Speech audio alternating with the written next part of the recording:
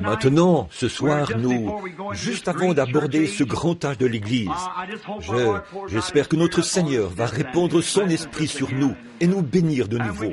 Bon, nous ne pouvons que toucher les points principaux, car au vu de ces grands événements qui sont devant nous, nous passerions toute la semaine ici. Et, hier soir, nous avons passé des moments vraiment glorieux. Eh bien, maintenant, juste avant de lire les Écritures, pourrions-nous changer un peu de position pendant quelques instants et nous lever pour un mot de prière.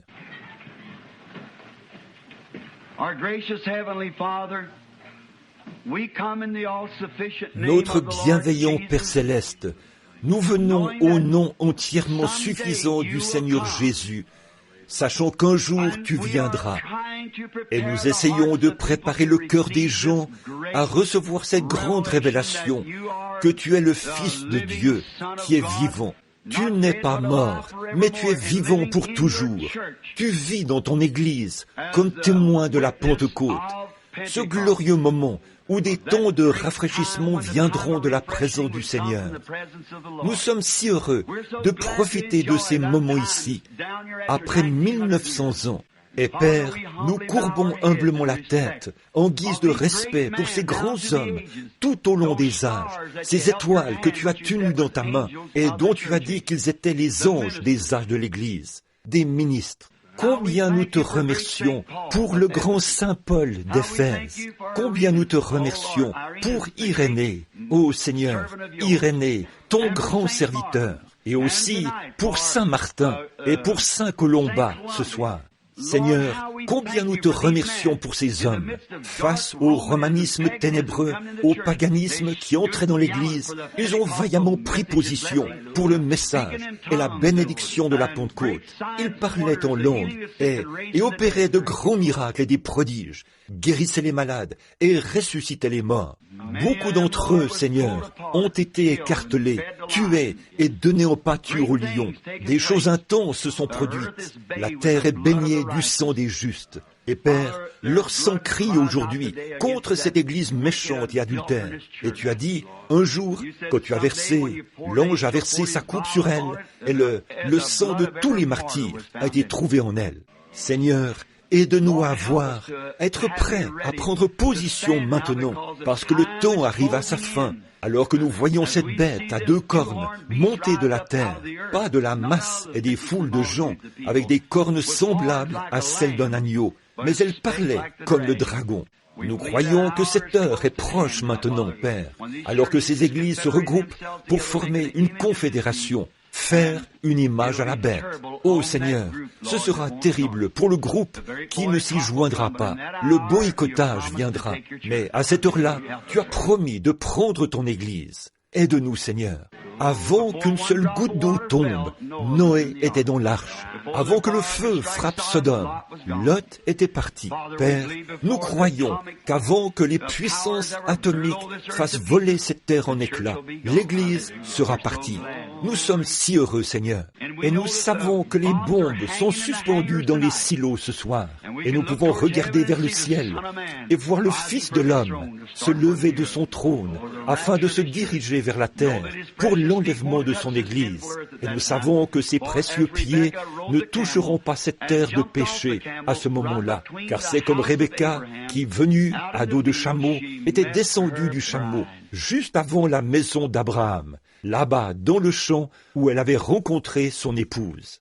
Ô Dieu, et l'Église rencontrera notre épouse dans les airs, car nous les vivants qui serons restés, nous ne devancerons pas ou ne feront pas obstacle à ceux qui sont morts. La trompette de Dieu sonnera, les morts en Christ ressusciteront premièrement, et nous serons tous ensemble enlevés avec eux à la rencontre du Seigneur dans le champ, dans les airs, et nous serons toujours avec lui. Oh, aide-nous ce soir, Seigneur. Donne de la douceur dans notre esprit et ôte de nous toute amertume et toute indifférence. Puissions-nous nous fondre complètement dans le Saint-Esprit. Que l'ange de Dieu prenne le contrôle ce soir. Seigneur, je ne sais pas quoi dire à ces gens. Là, j'ai pris des notes, des récits historiques de ce que tu as fait et tout. Mais il n'y a que toi qui puisses interpréter l'avenir. Alors je te prie de l'accorder par le nom de Jésus-Christ. Amen. Bon, Prenons maintenant le livre de l'Apocalypse. Et ce soir, nous sommes à l'âge de l'Église le 4e âge de l'Église, Thyatire, un grand âge de l'Église appelé l'âge des ténèbres. Cet âge de l'Église a commencé en l'an 606 et s'est terminé en 1520. C'est tout ce que je pouvais faire, le choisir. Beaucoup d'érudits considèrent que c'est Saint Patrick qui en est l'étoile, ou les 7 étoiles étaient les 7 anges des 7 âges de l'Église. Pour demain soir, nous savons hors de tout doute que c'est Luther, puis Wesley. Nous ne savons pas qui sera l'étoile de l'Église de Laodicée. Nous vivons dans cet âge maintenant. Il a commencé depuis 1906, au début de la Pentecôte. Mais il s'élèvera un ange qui bousculera tous les dogmes et qui préparera l'Église pour le retour à la maison. Donc, un maître en esprit qui s'élèvera avec des miracles et des prodiges. Maintenant, je prie que Dieu nous aide à comprendre ceci. Quand il a fallu le désigner, à regarder de près, Saint Patrick était un grand homme. Au regard de certains anciens manuscrits, Saint Patrick n'était pas catholique. Il protestait contre l'Église catholique. Et pendant la période de la Réforme, leur dogme a été examiné et il était prouvé que Saint Patrick protestait contre l'Église catholique, que Saint Patrick était plutôt un homme favorable à l'organisation. Il avait sa propre école. Il avait il avait été enlevé sur les rives de la mer, lui et ses 2 petites sœurs dont il n'a plus jamais entendu parler. Elles avaient probablement été emmenées à Rome et vendues comme esclaves. Lui aussi, il avait été enlevé et vendu comme esclave. Et sa tâche consistait à élever des porcs. Il dressait des chiens pour s'occuper de ces porcs et tout. Ces chiens réagissaient suivant les différents grognements et autres signaux qu'il leur donnait. Et cela a finalement été un moyen pour lui de s'échapper dans la cale d'un bateau, puisque les chiens ont assuré sa couverture jusqu'à ce qu'il soit en pleine mer. Plus tard, il est allé dans son beau pays, l'Irlande. Il a retrouvé sa mère et son père encore en vie. Saint Patrick était un neveu du grand Saint Martin. Ce dernier, Saint Martin, était l'un des plus grands hommes que nous ayons jamais eus depuis Jésus-Christ. Ces églises étaient toutes remplies du Saint-Esprit. Tous parlaient en langue. Ils avaient des signes, des prodiges, des miracles. Et il s'opérait toutes sortes de miracles. Il a gardé la foi pentecôtiste dans cet âge où l'Église s'est mariée au catholicisme. Le paganisme et le nicolaïsme se sont mariés et ont formé une organisation.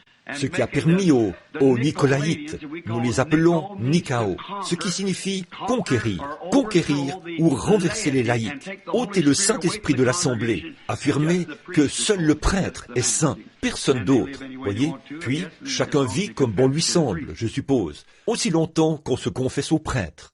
Puis, nous avons vu hier soir qu'ils les ont installés, que Constantin a installé le premier évêque, et qu'il l'a placé, leur a donné des bâtiments, et nous vous avons donné les dates et tout ce que vous avez pris en note.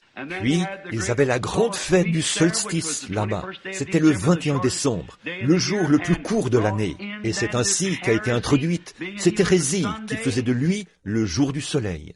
Voyez, le jour de l'anniversaire du soleil, ils ont repoussé la naissance de Jésus-Christ d'avril au 25 décembre. Le 25 décembre, c'est pendant ces 5 jours que les Romains avaient leur grande célébration, le cirque et tout. Et c'est à ce moment-là qu'ils organisaient cette grande fête païenne. Ils avaient élevé cet homme, qu'ils avaient placé là comme étant un dieu, et ils l'avaient bien habillé et tout. Ils avaient donc leur Dieu au milieu d'eux. Et c'est là que les gens du post-millénarisme ont vu le jour. C'est à ce moment-là, parce que selon eux, l'Église était dans le millénium à ce moment-là. Voyez, parce qu'ils étaient riches, ils n'avaient besoin de rien. L'État et l'Église étaient unis. Le millénium est en cours, et c'est toujours un enseignement catholique jusqu'à ce jour. Voyez, donc, le millénium est en cours, mais nous savons que ça, c'est faux. Le millénium, c'est la seconde venue de Christ qui introduit le millénium. C'est vrai. La terre crie, soupire après ce jour de délivrance, où notre Seigneur reviendra sur la terre. Eh bien, ici, ce grand saint, c'était Colomba. C'était un grand homme de Dieu. Alors, j'ai noté un peu son histoire ici. Pour commencer, ce quatrième âge de l'Église, Thyatire, signifie être relâché, se laisser aller, ou ténébreux. Voyez, c'était simplement une période d'illégitimité, de 606 à 1500. L'étoile, c'était Colomba, d'Irlande et d'Écosse. Il était le neveu de Saint Martin. Il a vécu environ 60 ans après Saint Patrick. Son ministère a donc commencé une soixantaine d'années après celui de Saint Patrick. Il n'a jamais accepté la doctrine de Rome. C'était un grand homme de foi. Il a rejeté l'enseignement de Rome. Il n'est jamais allé à Rome. Et il a complètement rejeté cela. Aussi, je n'ai vu nulle part où on l'aurait canonisé. Ils ont fait la même chose de Saint Martin et des autres. Ils n'ont canonisé ni lui, ni Irénée, parce qu'ils étaient encore de cette église qui avait les signes et les prodiges de la Pentecôte. Mais il croyait. Il n'a jamais accepté l'enseignement de Rome, soutenu leurs enseignements. Il s'appuyait sur les enseignements tirés de la Bible, comme sa pieuse mère le lui avait appris, la sœur de Saint Martin. Et il n'a jamais accepté les enseignements de Rome, à aucun moment. Il enseignait que les signes de Marc 16 devraient accompagner chaque croyant. Amen. Ça, c'est le genre de personne que j'aime. Quelqu'un qui croit. Oui, monsieur. Il avait entendu Dieu l'appeler d'une voix audible. C'est un autre bon signe en sa faveur. Voyez, rien ne pouvait plus l'arrêter après ça. Il était parti. Oui, il était en chemin quand il a entendu la voix audible de Dieu. Un miracle. Je n'ai plusieurs donneurs ici, mais prenons seulement celui-ci. L'un des miracles, c'est que lorsqu'il s'était rendu dans une certaine ville où le Seigneur l'avait envoyé, les gens de la ville ne voulaient pas le recevoir. Alors, ils sont sortis et ont cherché ils ont appelé des musiciens et ainsi de suite. Ils ont fermé les portes et ont fait jouer les musiciens pour essayer de couvrir sa voix.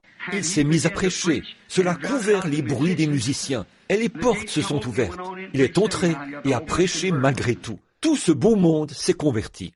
En voici un autre que j'aimerais évoquer en passant. Il est allé dans une ville. Évidemment, les villes étaient fortifiées en ce temps-là. Il est donc allé dans la ville et on l'a chassé. Comme il s'en allait, le fils du chef est tombé gravement malade. Et on a envoyé quelqu'un pour faire revenir ce brave saint. Il est revenu et s'est étendu sur le garçon mourant. Et il est revenu à la vie. Son église était remplie du Saint-Esprit. Il n'acceptait rien de moins, puisqu'il fallait que chaque membre de son Église soit rempli du Saint-Esprit. Et il protestait contre la hiérarchie de Rome, qu'il haïssait fortement. Je crois que c'est lui qui était l'étoile de l'âge. Que faisait-il? Il parlait en langue, prêchait le baptême au nom du Seigneur Jésus, faisait exactement les mêmes choses qu'au début. Si Dieu est infini et que c'est ainsi qu'il a établi son Église dès le début, elle doit rester inchangée. Et elle l'a été, même si elle était dans la minorité, tout au long. Elle a été presque étouffée ici et a ressurgi grâce à Luther. Bon, nous voulons commencer maintenant. Voyons si nous pouvons commencer à examiner quelques-uns de ces versets maintenant. Nous commençons au verset 18. Écrits à l'ange de l'Église de Thyatire. Avez-vous remarqué à qui cela s'adresse? Ces messages sont adressés à l'ange ou au ministre qui porte la lumière de cet âge de l'Église. Voyez? Bon, hier soir nous avons vu, à la fin de cet autre âge de l'Église, l'âge de Pergame, que l'ange de l'Église, celui qui aura vaincu dans cet âge de l'Église, recevrait un caillou. Et sur ce caillou, nous avons pris ce caillou et nous avons dit ce qu'il symbolise. Cela signifie une pierre, c'est-à-dire quoi? Cet ange serait comme Pierre qui a été appelé caillou. Nous avons vu que votre nom a une influence sur votre vie. Maintenant, je ne peux pas en parler davantage, parce que le diable a une fausse numérologie. Ça, nous le savons. Il donne une fausse impression aux gens et tout. Et il se retrouve à faire du spiritisme. Or, le spiritisme est du diable. Ça, nous le savons. C'est pour cela qu'il faut faire très attention. Comme la raison pour laquelle ils ont appelé Jésus Belzébul, un démon, c'est que, voyez-vous, il discernait les pensées de leur esprit. Voyez, mais il était la parole de Dieu. Hébreux 4 dit, la parole de Dieu est plus tranchante qu'une épée à deux tranchants. Elle discerne même les pensées et les intentions du cœur, de l'esprit. Voyez? Donc, il était la parole. Il est la parole vivante. Et la parole vivante vient en nous, puis elle produit le même effet sur nous. Voyez? Le même effet, parce que c'est la même parole. Voyez? C'est la même chose parmi nous. Et c'est ainsi. Et parfois, ceux qui sont étrangers à ces choses parlent en langue, et un autre en donne l'interprétation. Qu'est-ce que c'est? La parole faite chair de nouveau parmi nous. Puis nous avons donc vu que cet ange recevrait, c'est l'ange de l'âge de l'Église qui avait reçu ce caillou. C'était un caillou blanc, ce qui signifiait qu'il ne s'agissait pas de sa propre justice, mais de la justice de Dieu lui-même. Et sur ce caillou était écrit un nom que personne ne connaissait, si ce n'est celui qui l'avait reçu. Il le savait, mais personne d'autre que lui ne pouvait le savoir. Alors, quand vous entendez ces gens qui cherchent à vous amadouer en vous disant qui ils sont Jean, ils sont Paul, ils sont Marie, ils sont ceci, cela ou autre chose, ne croyez surtout pas cela, parce que s'ils l'étaient, ils n'en diraient jamais rien. Voyez, c'est vrai. Il est censé garder cela pour lui. Il le savait. Personne d'autre que lui ne le savait. Mais il le savait parce que tout parfait vainqueur reçoit un nom nouveau de cette manière. Avez-vous remarqué? Abraham s'appelait Abraham. Mais quand il a fallu que Dieu se serve de lui, il a changé son nom en Abraham. S-A-R-A-I, tréma, c'était Sarai. Mais quand il a fallu que Dieu se serve d'elle, il a changé son nom en S-A-R-A, Sarah, princesse. Savez-vous que Jacob était un supplantateur. Ésaü signifie roux, poilu et roux. Un rouquin entièrement roux, c'est Ésaü. Eh bien, Jacob était un supplantateur, et un supplantateur est un imposteur. Ésaü n'a-t-il pas dit, son nom n'est-il pas Jacob, supplantateur? Mais après avoir lutté avec le Seigneur toute la nuit, et avoir été trouvé vainqueur, et avoir été béni, Dieu a changé son nom de Jacob en Israël, un prince avec Dieu. Paul s'appelait Saul jusqu'à ce qu'il rencontre le Saint-Esprit sous la forme d'une lumière qui brillait sur lui. Son nom était changé de Saul en Paul. Simon, après avoir rencontré Jésus, il a changé son nom en Pierre. Et quand Jésus a vaincu, son nom a été changé. Et il révélera ce nom. Celui qui sera avec lui, qui aura vaincu comme lui, il recevra un nom nouveau. Je lui révélerai mon nom nouveau. Voyez, à chaque vainqueur, c'est-à-dire parmi les gens de cette trempe-là, les chefs et tout, eh bien, il est évident que ce ne sont pas tous les enfants d'Israël qui ont vu leur nom être changé. C'est vrai. Mais ces grands chefs, après avoir vaincu, ils ont reçu un nom nouveau. Voyez-vous comment ça concorde? Parfaitement. Et là, nous avons vu qu'il lui était aussi donné de la manne cachée. Or, la manne cachée est un type des pains de proposition. Les pains de proposition n'étaient réservés qu'aux sacrificateurs. C'est vrai, les pains de proposition n'étaient que pour le sacrificateur. Et c'était quelque chose de spécial, réservé aux sacrificateurs, c'est-à-dire aux chefs. Et cet homme-là était un vainqueur. Toute l'assemblée recevait la manne, mais lui, il recevait une manne spéciale, cachée, ou une révélation spéciale. Oh, de qui Jésus était, de ce qui le concerne, de tout à son sujet. Voyez, il recevait cette révélation s'il avait vaincu.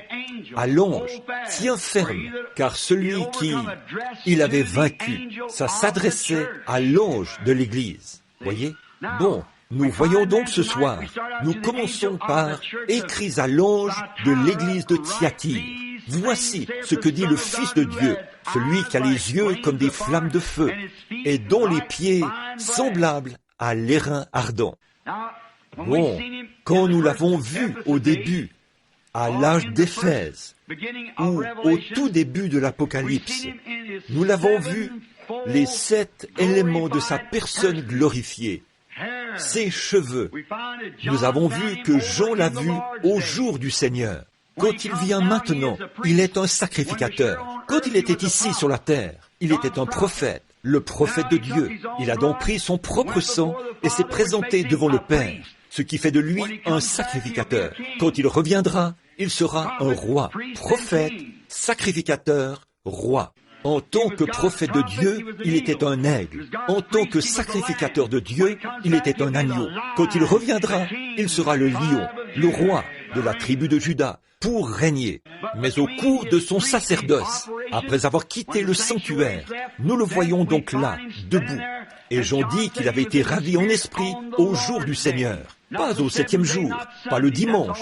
C'est faux, ça. Nous avons vu cela en sondant les Écritures. C'était au jour du Seigneur. Ceci, c'est le jour de l'homme. La venue du Seigneur sera son jour.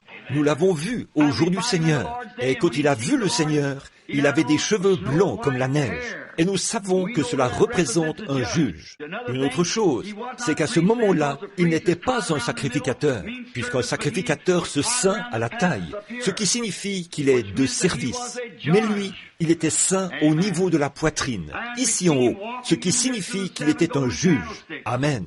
Et nous l'avons vu marcher au milieu des 7 chandeliers d'or. Et là, nous avons établi le lien avec l'Ancien des jours, qui avait des cheveux blancs au jugement du trône blanc. Quand Daniel l'a vu, il s'était avancé vers l'Ancien des jours, dont les cheveux étaient blancs comme la neige. Eh bien, blanc, autrefois, au fil des ans, les anciens juges anglais, quand ils siégeaient au tribunal, ils portaient une grande perruque blanche comme la neige, parce qu'ils étaient des juges. Et Jean l'a vu au jour du Seigneur, dans sa fonction de juge. Amen. Maintenant, nous voyons que ses yeux étaient comme des flammes de feu. Ses yeux, qui étaient à ce moment-là comme des flammes de feu, une fois, ses yeux avaient été obscurcis par des larmes humaines. Ils avaient pu laisser couler des larmes à cause de la mort d'un homme, tout en sachant qu'il revivrait dans les 5 minutes qui suivraient. Mais c'était simplement de la compassion humaine. Mais derrière cela, il y avait une telle puissance qu'il pouvait regarder dans la vie d'un homme et lui dire qui il était et tout à son sujet. En effet, ses yeux projetaient maintenant des reflets semblables à ceux du feu. Ce sont des yeux qui peuvent parcourir toute la terre et voir tout ce qui s'y passe. Où vous cacherez-vous au jour du jugement? Vos péchés seront mis à nu devant lui. Et remarquez ce qu'il avait. De sa bouche sortait une épée à 2 tranchants. Et nous avons vu que c'était la parole. Nous avons vu que ses pieds étaient de l'airain ardent, et ainsi de suite. C'est-à-dire son fondement. La cuve de la colère du Dieu Tout-Puissant, il l'a foulée aux pieds, l'a piétiné, a pris sur lui le péché, est sorti et a été agréable à Dieu. C'est vrai. Et son fondement est notre fondement. Christ est le roc où je me tiens. Eddie Perronnet a dit, tout le reste est sable mouvant. C'est vrai. Maintenant, nous voyons ici que chaque fois qu'il se présente à un âge de l'Église, il s'adresse à celui-ci sous l'un des noms de sa divinité. Bon, nous avons vu à ce moment-là que la première de toutes les révélations, c'est la divinité suprême de Jésus-Christ. Je suis celui qui était, qui est et qui vient. Je suis le premier et le dernier, le Dieu Tout-Puissant. Voyez, la première révélation. Jean s'est retourné pour voir qui lui parlait. Avant toute chose, il s'est adressé à lui. Tout roi, lorsqu'il s'adresse à quelqu'un, il se présente. Toute personne. Je suis un tel qui vous parle. Vous ne me connaissez pas. Je suis William Branham. Je suis Jean un tel, ou qui que ce soit d'autre. Il a dit, je suis le premier et le dernier, celui qui était vivant et qui est mort, et qui est vivant au siècle des siècles. Oh là là, la divinité. Ici, nous le voyons dans les 7 éléments de sa personne, dans son état glorifié. À chaque âge de l'Église, il se présente à eux dans un autre élément de ses divinités, dans un autre élément de ses états glorifiés. Donc, ce soir, il se présente avec une flamme de feu. Il regarde Laodicée, ou plutôt Thyatire. Cet âge, c'est celui où l'Église est mariée au catholicisme et au paganisme, où le nicolaïsme et le paganisme se sont unis pour former et donner naissance à la première Église, l'Église organisée. Et Dieu a dit que les œuvres des Nicolaïtes, qu'on trouvait chez les Éphésiens, étaient devenues une doctrine, là-bas dans la petite église de Pergame. Et il a dit que c'était la doctrine de Balaam. Et c'est Balaam qui avait enseigné à Israël d'aller se livrer à l'impudicité. Et ils se sont livrés à l'impudicité avec Moab, qui était un membre d'église tiède, ou l'église ordinaire, la grande organisation. Et nous voyons que Dieu a dit que la doctrine des Nicolaïtes, a remis tout pouvoir à une église, l'a établie et on a fait une organisation. Il a dit, tu la hais et je la hais aussi. Il dit continuellement, je la hais, je la hais, je la hais. Et là, cela battait son plein. Vous voyez que l'Église a été étouffée ici, jusqu'à ce qu'il n'en reste que très peu de choses. C'est cette Église que nous étudions en ce moment. Eh bien, quand cette révélation était donnée ou adressée à cette Église, c'était dans un jour où Rome avait bâti sa fondation à partir des grandes pierres qui s'y trouvaient, du foin et de la paille. Mais il s'adresse à cette Église et leur dit qu'il demeure la flamme de feu qui regarde au fil du temps, et que son fondement n'est pas fait de foin, de chaume, mais qu'il est solide. C'est de l'airain éprouvé par la fournaise ardente. Le fondement est solide. J'aime ça. Nous savons où nous nous tenons. Très bien, je connais tes œuvres, ton amour, ta foi, ton fidèle service, ta constance et tes dernières œuvres, plus nombreuses que les premières. Bon, l'Église semblait avoir été presque totalement anéantie. Il ne restait plus qu'une petite lueur. Ils avaient abandonné les grandes réunions spirituelles et s'appuyaient plutôt sur les œuvres. Dieu ne veut pas que nous nous appuyions sur les œuvres. C'est le signe de l'organisation. Nous apportons un peu de bois à Madame Jones. Nous apportons à un tel quelques vêtements pour leurs enfants. Ça, c'est en ordre. Mais ne vous reposez pas là-dessus. Ne le faites pas. Frère, ce sont de bonnes œuvres. Tout bon citoyen exemplaire ferait ça. Mais ce qu'il faut pour être chrétien, c'est l'expérience de la nouvelle naissance, le baptême du Saint-Esprit. Très bien. En dépérissant, elles se sont contentées de faire des œuvres au lieu d'avoir l'amour et la foi, dépérissant de plus en plus au fur et à mesure que ça avançait. Très bien. Je connais tes œuvres, je connais ta foi, je connais ta constance, et ainsi de suite. Mais maintenant, nous prenons le verset 20. Écoutez ceci. Mais ce que j'ai contre toi, c'est que tu laisses la femme Jézabel, qui se dit prophétesse, enseigner et séduire mes serviteurs, et qu'il se livre à des impudicités et qu'il mange des viandes sacrifiées aux idoles. Bon, la femme. Que représentait la femme, d'après ce que nous avons vu hier soir? L'Église. Bon, nous voyons maintenant qu'ici, on les a appelés des Nicolaïtes, la doctrine de Balaam. Et là, c'est devenu Jézabel. Maintenant, Jézabel. Si vous remarquez, c'est une grande histoire. Bon, si vous voulez le noter, ça commence dans 1 roi vers le chapitre 16. Jézabel n'était pas une fille d'Abraham, pas plus que ce groupe-ci, la Rome païenne. Les Nicolaïtes étaient un groupe de chrétiens froids et formalistes qui s'étaient séparés des vrais chrétiens, n'ayant apparemment pas la foi. Et ils voulaient faire de l'Église un club, exactement comme ce qu'ils en ont fait aujourd'hui, comme un club totalement dépouillé de l'esprit. Les jours des miracles sont passés. Tout ça, c'était pour un autre âge. Nous avons la communion entre les frères. Un bon franc-maçon, un Oddfellow ou n'importe lequel de ces gens peut produire cela. C'est en ordre. Mais ça ne remplacera jamais la nouvelle naissance en Jésus-Christ, le salut de l'âme. Cette vérité-ci. Très bien, cette Jézabel. Bon, elle n'était pas fille d'Abraham, c'est vrai, mais princesse d'un idolâtre, à une époque où la famille royale, sa famille royale, était célèbre pour sa cruelle et sauvage fidélité au Baal. Son père était un prêtre de l'idole d'Astrate. Je ne sais pas comment on prononce cela. C'est dans les récits historiques que j'ai trouvé ça. Akab a utilisé la même stratégie que Constantin. Cette grande nation puissante était voisine d'Israël. Ainsi donc, qu'avons-nous vu au sujet de Constantin hier soir? Il ne s'était pas converti. Il était un politicien. Qu'est-ce qu'il cherchait à faire? Il a pris les chrétiens quand ils lui ont dit qu'ils allaient prier. Et là, souvenez-vous, là, nous parlons des Nicolaïtes.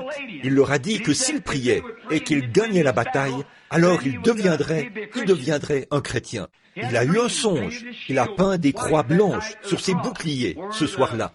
C'est là que les chevaliers de Colomb ont vu le jour, exactement à ce moment-là. C'est donc là qu'ils ont pris position. Mais il n'a jamais rien fait qu'un chrétien ferait. Sur l'une des églises nicolaïtes, appelée Sainte-Sophie, il a placé une croix. Comme je l'ai dit hier soir, c'est la seule chose qu'il ait jamais faite qui puisse laisser croire qu'il soutenait l'Église. D'après tout ce que j'ai pu trouver dans les récits historiques, beaucoup d'autres érudits disent la même chose. Nous ne savons rien de sa conversion, là. Mais quelle était la direction qu'il avait prise? Ce qu'il voulait faire, c'est qu'à ce moment-là, il avait observé la majorité des habitants de Rome. Regardez bien maintenant, observez cette stratégie. Et voyez comment la Bible, Dieu, confirme cela des centaines et des centaines d'années avant que cela arrive. Dieu dit ici que Constantin a usé de la même stratégie qu'Akab. Donc, Constantin a vu qu'une grande partie de sa population était des Nicolaïtes, des chrétiens. On traitait certains d'entre eux, ceux de la Pentecôte, d'hérétiques. On les taxait d'hérétiques, d'exaltés. Et que sais-je encore? C'est parmi eux qu'on avait les vrais signes et prodiges. Mais à ce moment-là, l'Église naturelle tendait vers l'organisation. Qu'a-t-il fait? Constantin a joué un coup intelligent. Il s'est joint à eux et s'est servi de ses amis païens et de ses amis chrétiens pour fusionner les églises. Il a mis en place a introduit le paganisme dans le christianisme. Le christianisme et le paganisme se sont mariés à l'époque de l'église de Pergame. Maintenant, ici, ce soir, que dit-il à ce sujet? Que c'est la même chose qu'Akab a fait. Akab, pour affermir son royaume, a épousé Jézabel. Cet idolâtre, pour affermir son royaume, pour donner plus de pouvoir à Israël. C'est ce que les églises cherchent à faire. Avez-vous vu qu'ils essaient de produire une Bible qui paraîtra l'année prochaine, en 1962? C'est une Bible qui plaira aux Juifs, qui plaira aux catholiques et qui plaira aux protestants. Oh frère, j'ai la coupure de journal. Je ne l'ai pas avec moi ce soir, mais vous m'avez quand même entendu lire cela l'autre soir. Voilà, voyez-vous? Oh, tout cela dans le but d'augmenter en nombre. Ils prennent les choses saintes de Dieu et les éparpillent n'importe comment pour augmenter en nombre et devenir plus nombreux. C'est ce qu'a fait l'Église. Elle a accepté en son sein des gens sur la base d'une poignée de main et y ont fait entrer des renégats et tout, des gens non régénérés.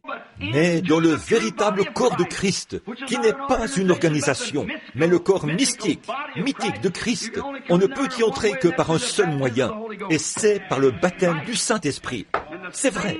Et les mêmes signes qui ont accompagné les apôtres accompagnent l'Église. C'est tout à fait vrai. Maintenant, nous n'avons pas à faire de compromis et à dire, eh bien, nous allons nous joindre aux assemblées, nous allons nous joindre aux unitaires, nous allons nous joindre à ceux-ci, ou aux baptistes, ou aux méthodistes. Joignons-nous à Christ. Restons libres, loin de ces choses. En effet, chacune de ces organisations est bien, mais elles ont leur doctrine et tout le reste. Il vous faut avoir la permission du surveillant général pour aller tenir une réunion dans telle ou telle région. Si vous n'enseignez pas exactement comme eux, ils vous chassent. Vous ne pouvez pas vous en tenir à la Bible. Dieu ne veut pas de cela. Il est cela. N'importe quel chrétien né de nouveau haïrait aussi cela. Beaucoup de ces gens-là sont tout à fait... Ils veulent le faire. Ils veulent servir. Et ils veulent fraterniser. Mais vous ne pouvez pas le faire. On vous mettrait à la porte. Eh bien, qu'ils vous mettent à la porte. Allez de l'avant. Recevez le Saint-Esprit quand même. C'est tout à fait vrai. Mais voyez-vous, ils veulent avoir ce dogme. Ils veulent vous conduire de sorte que vous ayez beaucoup d'argent.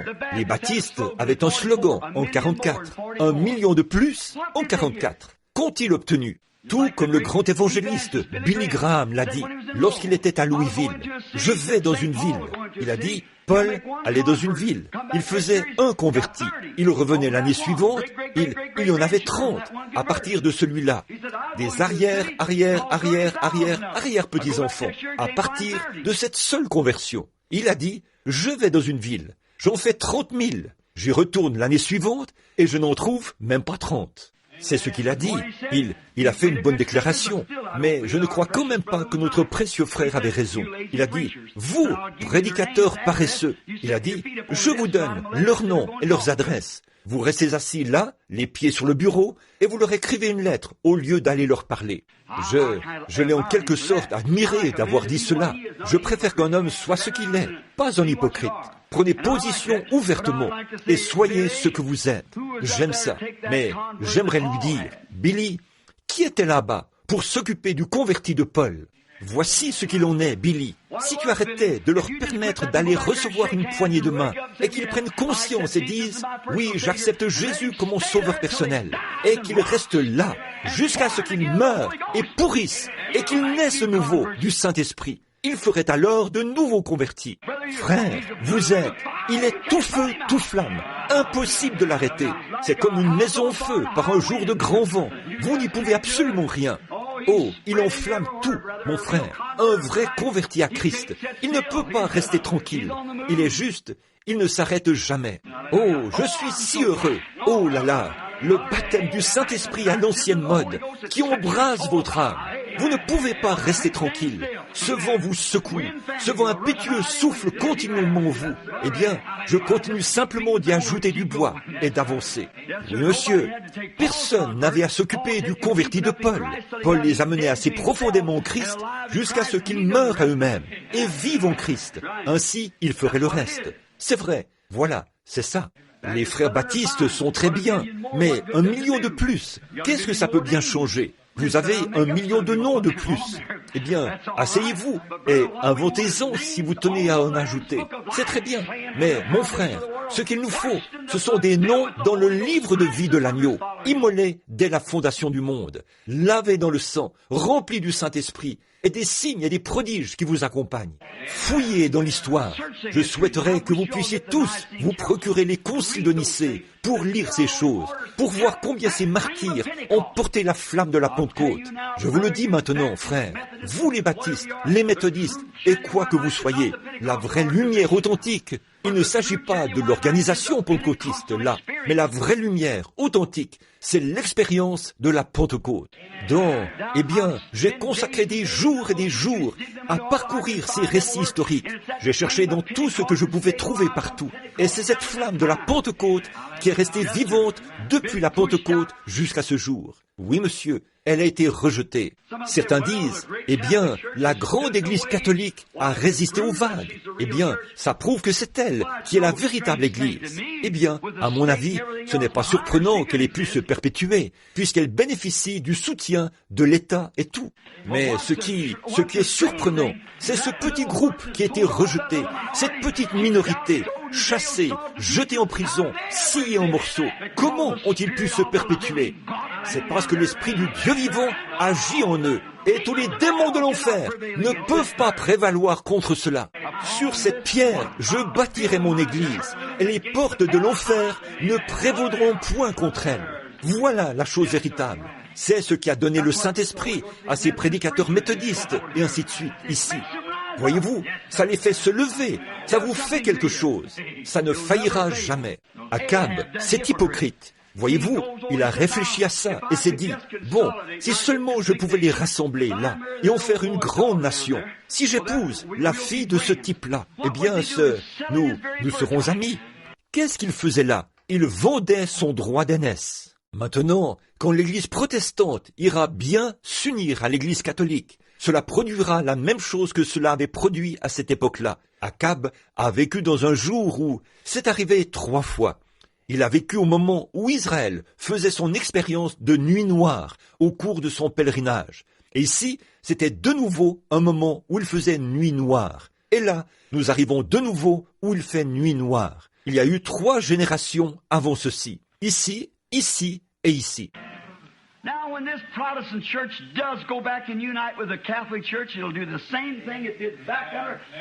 Ahab lived in the day that it's been 3 times. He was in the midnight experience of the journey of Israel, and here it comes to the midnight again, and we come to the midnight again here. 3 generations before this, 1 in here, and in here. Maintenant, si vous remarquez, Akab a épousé Jézabel pour affermir son peuple. C'est exactement ce que Constantin a fait. Il a mis sur pied une très grande église, a taillé l'autel dans un grand marbre, a habillé cet homme, le pape, et l'y a installé. Il était un Dieu vivant. Il pouvait leur parler. Et eux, ils lui confessaient leurs péchés. Cela plaisait à cette vieille église tiède. Et ils sont partis avec ça. Bien sûr, c'est ça. Eh bien, mais cela n'a pas plu à l'homme qui était né de nouveau. Quand cela a été accepté et qu'ils ont ensuite introduit des cérémonies païennes où on récite des prières. Qu'avaient-ils fait? Ils avaient enlevé Jupiter pour le remplacer par Pierre. Ils avaient enlevé Vénus pour la remplacer par Marie. Et c'est ainsi que le paganisme avait été introduit parmi les chrétiens. Et quand Akab a épousé Jézabel, il a fait exactement la même chose. Il a introduit l'idolâtrie en Israël. Et qu'a fait Jézabel? Elle a tué tous les prophètes qu'elle pouvait trouver. Pas vrai? Les papes ont fait pareil. Ils tuaient tous les vrais chrétiens qu'ils trouvaient. Mais dans cet âge-là, il y avait une étoile, le brave Élie. Oh oui, monsieur. Il n'avait pas peur de les confronter à ce sujet. Oui, monsieur. Il était l'étoile de Dieu pour cet âge-là. Une fois, il était si abattu qu'il a dit, « Seigneur, je suis resté moi seul. » Dieu a dit, « Hé, un instant, Élie. Oui, j'en ai 700 qui sont cachés un peu partout là-bas. Vois-tu, tu ne sais pas où ils sont. Ils sont là, chez les pharisiens, les sadducéens, les baptistes, les méthodistes et les presbytériens. Mais je les ferai sortir de là. Attends seulement. Voyez, j'en ai partout là-bas. Ils sont à moi. Et ils n'ont pas encore fléchi le genou devant les Baals. Mais le brave Élie était la voix de Dieu en ce jour-là. Il était certainement le type même de la voix de Dieu lors de la première venue de Christ. Et selon les Écritures, il sera de nouveau le type de la voix lors de la seconde venue de Christ.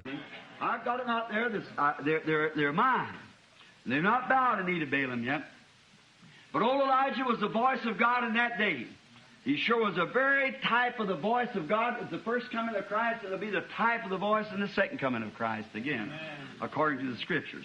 Now, we find out donc nous voyons que cette petite Jézabel, une fois arrivée là-bas, elle était vraiment déterminée à renverser tous les autels de Dieu, afin d'ériger ses propres autels. Et elle a amené les Israélites à se prosterner devant une idole. C'est exactement ce qu'a fait Constantin quand il a créé l'Église catholique.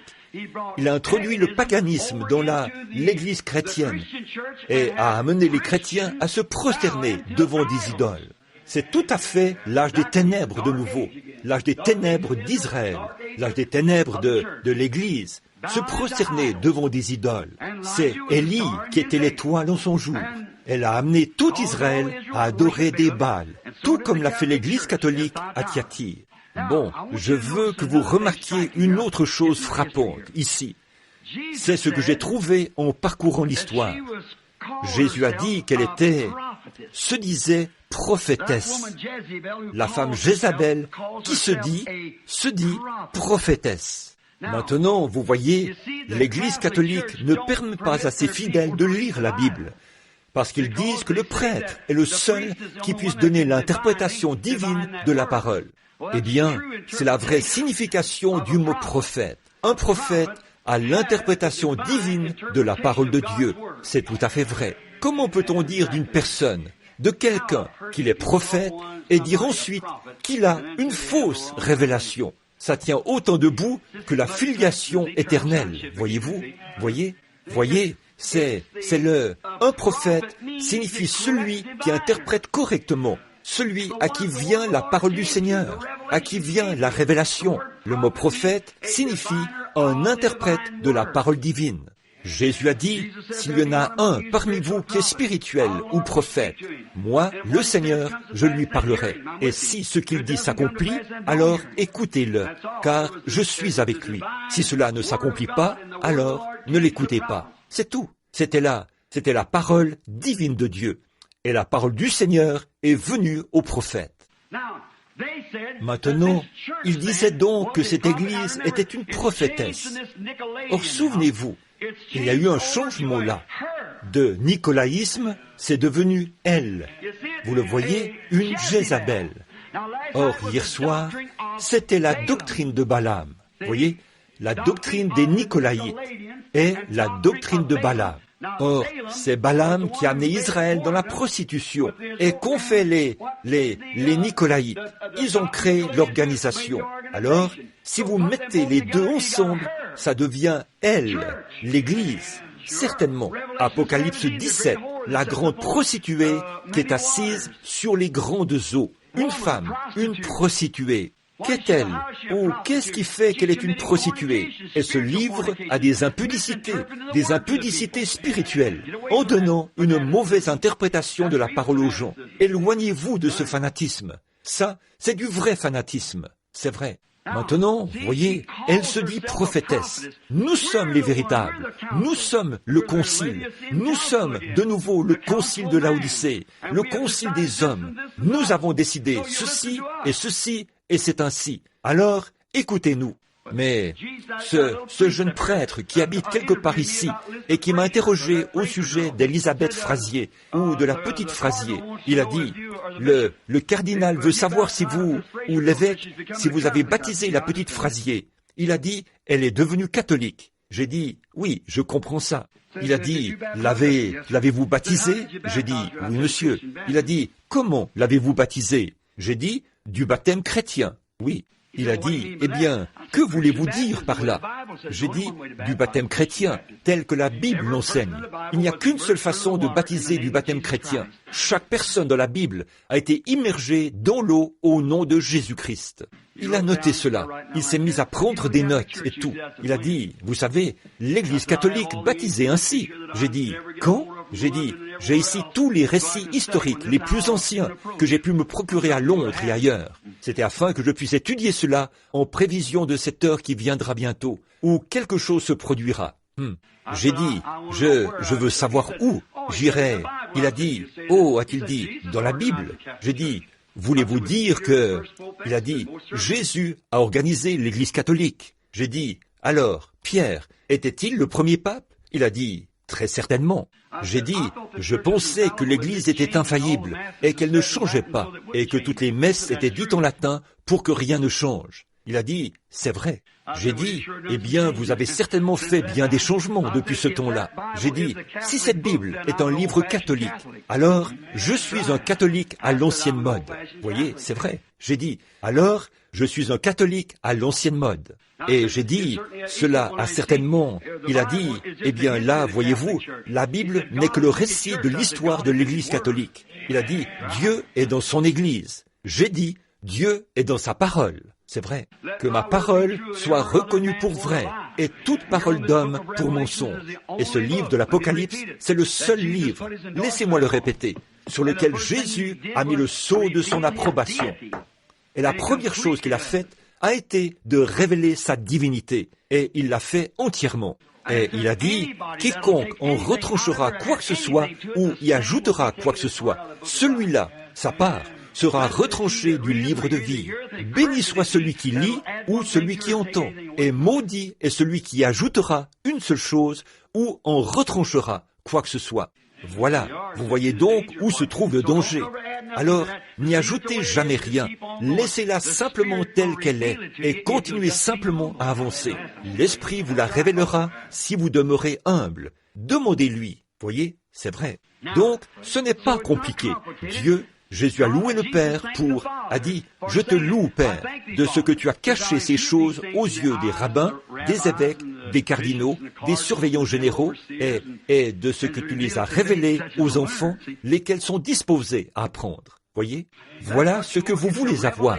C'est une révélation de Dieu qui ne peut venir que de la manière qu'il a exprimée ici. Qui dit-on que je suis? Il a dit, tu es le Christ, le Fils du Dieu vivant. Il a dit, Simon, tu n'as jamais appris cela dans un séminaire. Vous voyez, personne ne t'a jamais dit cela. C'est une révélation qui est venue du ciel. Et sur cette pierre, je bâtirai mon église. Et les portes du séjour des morts ne prévaudront point contre elle. C'est exactement la même révélation qu'Abel a reçue au commencement. C'est la révélation. C'est ce qui a été en ce temps-là. C'est encore la révélation. Et ce sera toujours la révélation. C'est vrai. Bon, nous voyons ici que là, elle était une femme. Et une femme représente une église. Pas vrai?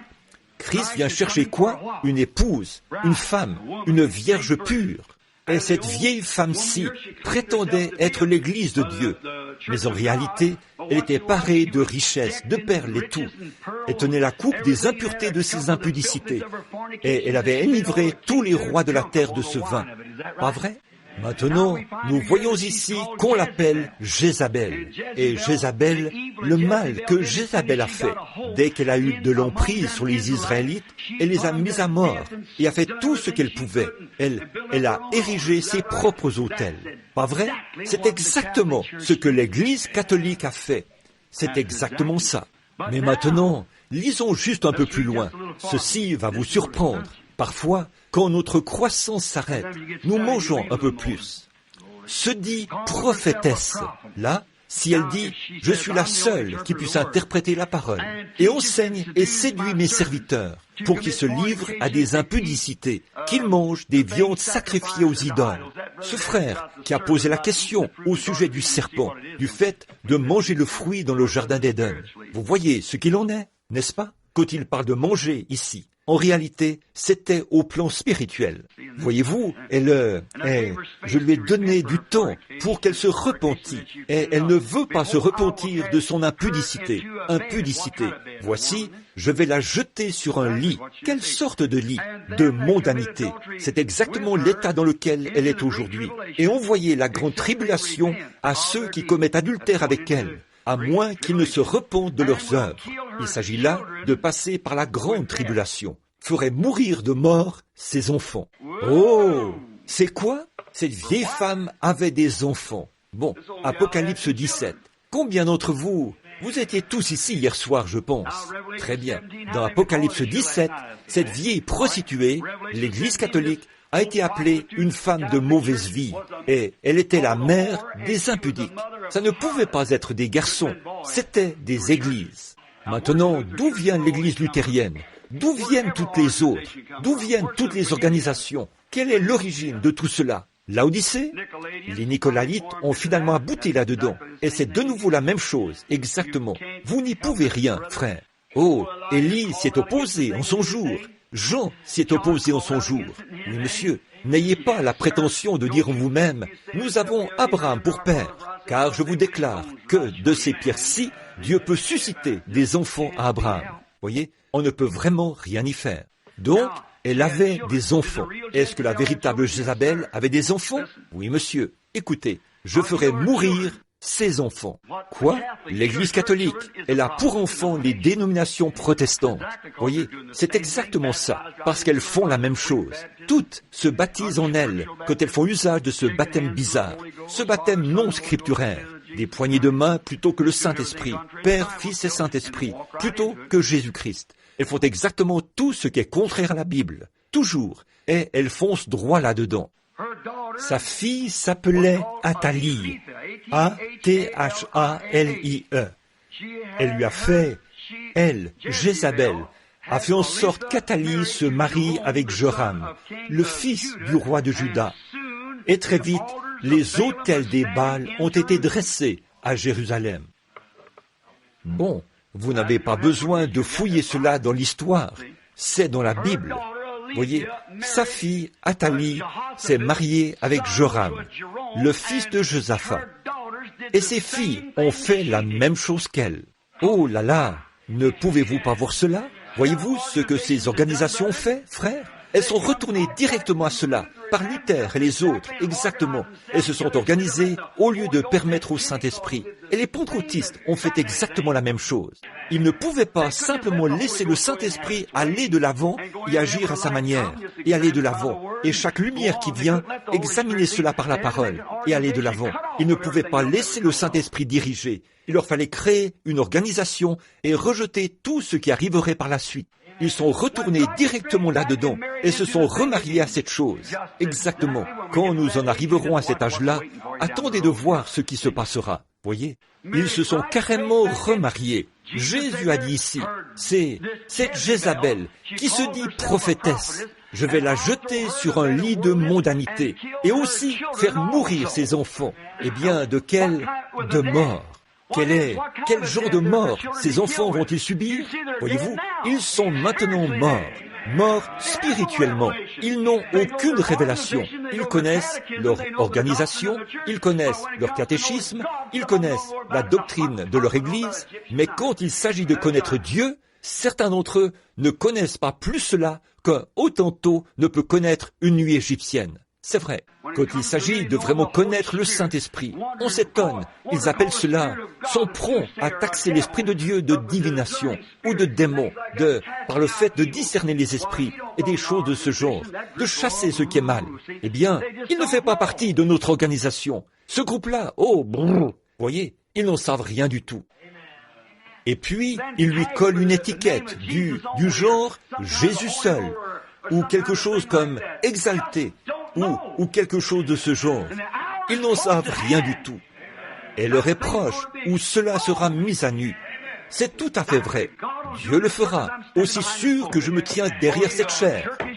Parce qu'il fera sortir ses enfants, aussi sûr que je me tiens ici. Dieu au ciel le sait. Si vous croyez que je suis un prophète du Seigneur, un serviteur du Seigneur, écoutez-moi, l'heure est proche. Oui, monsieur. Ces enfants mourront d'une mort spirituelle. Regardez-les, froids et formalistes. Regardez-nous. Nous n'avons pas besoin de parler des baptistes et des presbytériens. Nous savons qu'ils sont morts depuis des années. Que, quand Luther a eu son réveil, la justification, s'il avait continué, ce grand mouvement pentecôtiste actuel serait l'Église luthérienne. La lumière serait venue par la sanctification. Si Wesley avait gardé ce cap-là, Luther ne pouvait pas suivre ça. Non, monsieur, ils étaient déjà luthériens. Donc, Wesley est arrivé. Après la mort de Wesley, que s'est-il alors passé? Ils se sont organisés et ont créé les méthodistes wesleyens, les Wes primitifs, toutes sortes de méthodistes. Voyez? Et quand ils ont eu un grand réveil, mais quand ils se sont engagés dans la voie de l'organisation, que s'est-il passé? Quand les pentecôtistes sont arrivés, avec le parler en langue et la restauration des dons, ils ont refusé d'avancer. Ils les ont appelés des démons. Alors, qu'est-ce que les pentecôtistes ont fait? La même chose qu'eux. Et où en sont-ils? Tout ce qu'il y a de plus mort. Oui, monsieur. C'est vrai. Je vais jeter ces enfants sur un lit de mort et les faire mourir. Eh bien, laissez-moi lire ça pour que vous puissiez voir cela. Je crois que c'était le verset 22. Et je vais la jeter sur un lit et envoyer la grande tribulation vers ceux qui commettent adultère avec elle. La grande tribulation. C'est à cela qu'ils sont destinés. Or, souvenez-vous, laissez-moi m'arrêter ici un instant. C'est dans cette grande tribulation qu'ils seront jetés. Ces gens qui sont des vierges endormies et qui n'avaient pas d'huile dans leur lampe. Pourtant, ils faisaient partie d'une organisation. Des gens bien, qui allaient à l'église et tout. Ils sont pourtant venus chercher de l'huile. Mais à ce moment-là, c'était trop tard.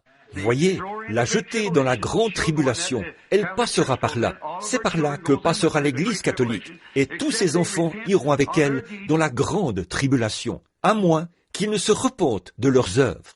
Pas les enfants qui la fréquentent, mais l'Église elle-même. Ce sont là ses enfants. Il s'agit de l'organisation, pas les gens qui la fréquentent, comme ces pauvres catholiques, baptistes, presbytériens ou pentecôtistes. Je les plains.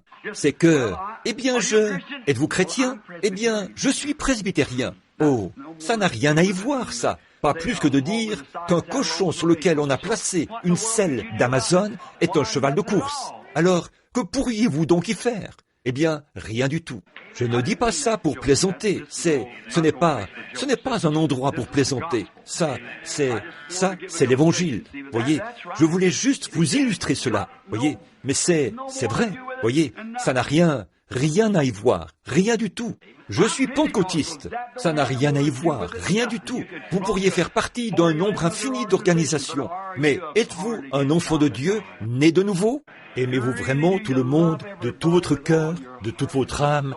Et aimez-vous Dieu? Et êtes-vous quotidiennement, peu importe ce qu'on vous fait? Si vous vous dressez et que vous faites comme une scie circulaire, cela montre simplement que le Saint-Esprit est parti. Si jamais vous l'aviez, regardez, à moins qu'elle ne se repente de ses œuvres, je ferai mourir de mort ses enfants. ses enfants, ceux de Jézabel. Maintenant, qu'a fait Jézabel? Elle a fait en sorte que sa fille se marie dans l'autre camp, celui de Juda, là-bas, en Juda. Maintenant, observez-en l'application spirituelle. Je pourrais peut-être dessiner cela. Bon, observez très attentivement, là. Voici Jézabel et Israël. Mais ici, de ce côté-ci, c'est Juda. C'est un camp différent de l'autre. C'est donc là le camp de Josaphat. Très bien. Bon, ici, c'était Akab. Alors, voici Jézabel, juste ici. Eh bien, elle est entrée ici et a entraîné tout Israël dans l'idolâtrie. C'est exactement ce qu'a fait l'Église catholique en son temps. Quand Constantin a fusionné les Nicolaïtes, froids et formalistes qui sont en haut, ici, à l'Église et ensuite au paganisme, pour aboutir à une forme païenne du christianisme. Je ne veux pas vous blesser, vous les catholiques, mais je suis responsable devant Dieu. L'Église catholique n'est rien d'autre que cela. C'est une forme païenne du christianisme, avec ses superstitions, ses idoles et tout. C'est tout à fait vrai. C'est juste une forme païenne. Eh bien, c'est vrai. Même si je mourrais à l'instant, c'est la vérité. Et les protestants font exactement la même chose, juste dans une autre catégorie. Regardez maintenant ce que Jézabel a fait. Puis, voyez-vous, le diable, elle s'était tellement livrée qu'elle y a entraîné ses filles. Elle a donné naissance à une fille, ici, et cette fille est allée ici, vers ce grand et saint homme-ci, et a accepté de se marier avec son fils. Puis elle a introduit la même chose ici, dans cette partie-ci, par le biais de Josaphat. Alors, les vrais Nicolaïtes, ces Nicolaïtes froids et formalistes qui voulaient de cette organisation, se sont mariés à cela ici. Et maintenant, remarquez la même chose. On a fait entrer Jézabel ici, l'Église catholique, et ici en bas, elle a fait en sorte que sa fille, ces organisations, se marient là, en bas, parmi eux, et attirent sur eux le même sort. Faire mourir de mort ses enfants, la mort spirituelle. Elle s'organise et meurt, et avant longtemps, l'esprit s'en ira complètement. Dites-moi, permettez-moi de vous poser une question à vous, les historiens qui sont ici, et je sais qu'il y en a 5 ou 6 assis-là. J'aimerais que vous veniez me montrer un seul passage de l'Écriture, ou un seul récit historique, où une de ces églises qui est tombée et retournée à l'organisation s'est relevée et a produit un réveil. Dites-moi, après qu'elles se sont organisées, ont-elles jamais eu un réveil après s'être organisées? Non, monsieur, l'Esprit les a quittées. J'inclus aussi les pentecôtistes. Eh bien, les bénédictions de Pentecôte sont venues, et vous avez tous parlé en langue. Vous, les anciens, avez reçu ces glorieuses bénédictions de Pentecôte et tout, quand elles sont venues. Au bout d'un moment, vous avez eu ce que vous avez appelé le Conseil général, un organisme. C'est bien, mais pas une organisation. Bientôt, vous ne pouviez plus supporter cela. Vous avez dû retourner et devenir des enfants de Satan, et vous vous êtes organisés. Et puis, une autre lumière est venue, au sujet du nom de Jésus-Christ. Alors, ils sont devenus prétentieux, et ont dit, « Dieu soit béni, si vous n'avez pas le nom de Jésus, vous irez en enfer. Nous l'avons, et vous ne l'avez pas. » Qu'ont-ils fait? Ils sont morts sur place. Ils en ont fait une organisation. Voyez, au lieu de laisser simplement la lumière se répandre dans l'Église et prendre automatiquement sa place, mais vous vous êtes organisés. Qu'est-ce? Un enfant de Jézabel. Et ils sont tous morts. Tous. Bon, laissez-moi vous demander quelque chose. Est-ce que les assemblées de Dieu, ou les unitaires, ou n'importe quel autre, s'est jamais réuni dans un grand réveil? Pas du tout. Ce dernier réveil, qui vient de se terminer, où le Saint-Esprit est descendu sur la rivière, beaucoup d'entre vous qui êtes assis ici maintenant, en 1933, pour annoncer ce grand service de guérison qui devait avoir lieu, et a dit, il balayera le monde, n'est pas du tout venu par une organisation. Dieu a laissé toutes ces sphères et a suscité presque un païen pour commencer ce réveil. Et regardez ce que cela a produit. Voyez, ces organisations, dès qu'elles s'organisent, elles meurent. Il a dit, je ferai mourir de mort ces enfants. Oh là là, je sais que vous, s'il vous plaît, ne m'en voulez pas. Mais si je sais ceci et que je ne le dis pas, je suis un infâme hypocrite. Et Dieu m'en tiendra pour responsable. Je veux être comme Paul. Je veux annoncer tout le conseil de Dieu sans en rien cacher. C'est vrai, très bien. Très bien, très bien. Et ils ont bâti des autels à Jérusalem. Maintenant, j'aimerais voir. Et quand Jézabel s'est mariée avec Akab, elle a apporté des statues devant lesquelles Israël devait se prosterner. De même, la doctrine nicolaïte, quand elle s'est mariée avec le paganisme, Jupiter a été enlevé et remplacé par Pierre, et Vénus par Marie. Et comme le dit la Bible, elle a fait pécher tout Israël. De même, l'Église catholique a fait en sorte que toutes ses filles se marient à une organisation. Et tout ça, c'est le péché. Comme Jézabel l'a fait avec sa fille. Très bien. Ce faisant, quand la hiérarchie a été établie et que le pape Boniface III a été installé, ils avaient un Dieu assis sur un trône. Ils n'avaient plus besoin du baptême du Saint-Esprit dans l'Église. C'est vrai.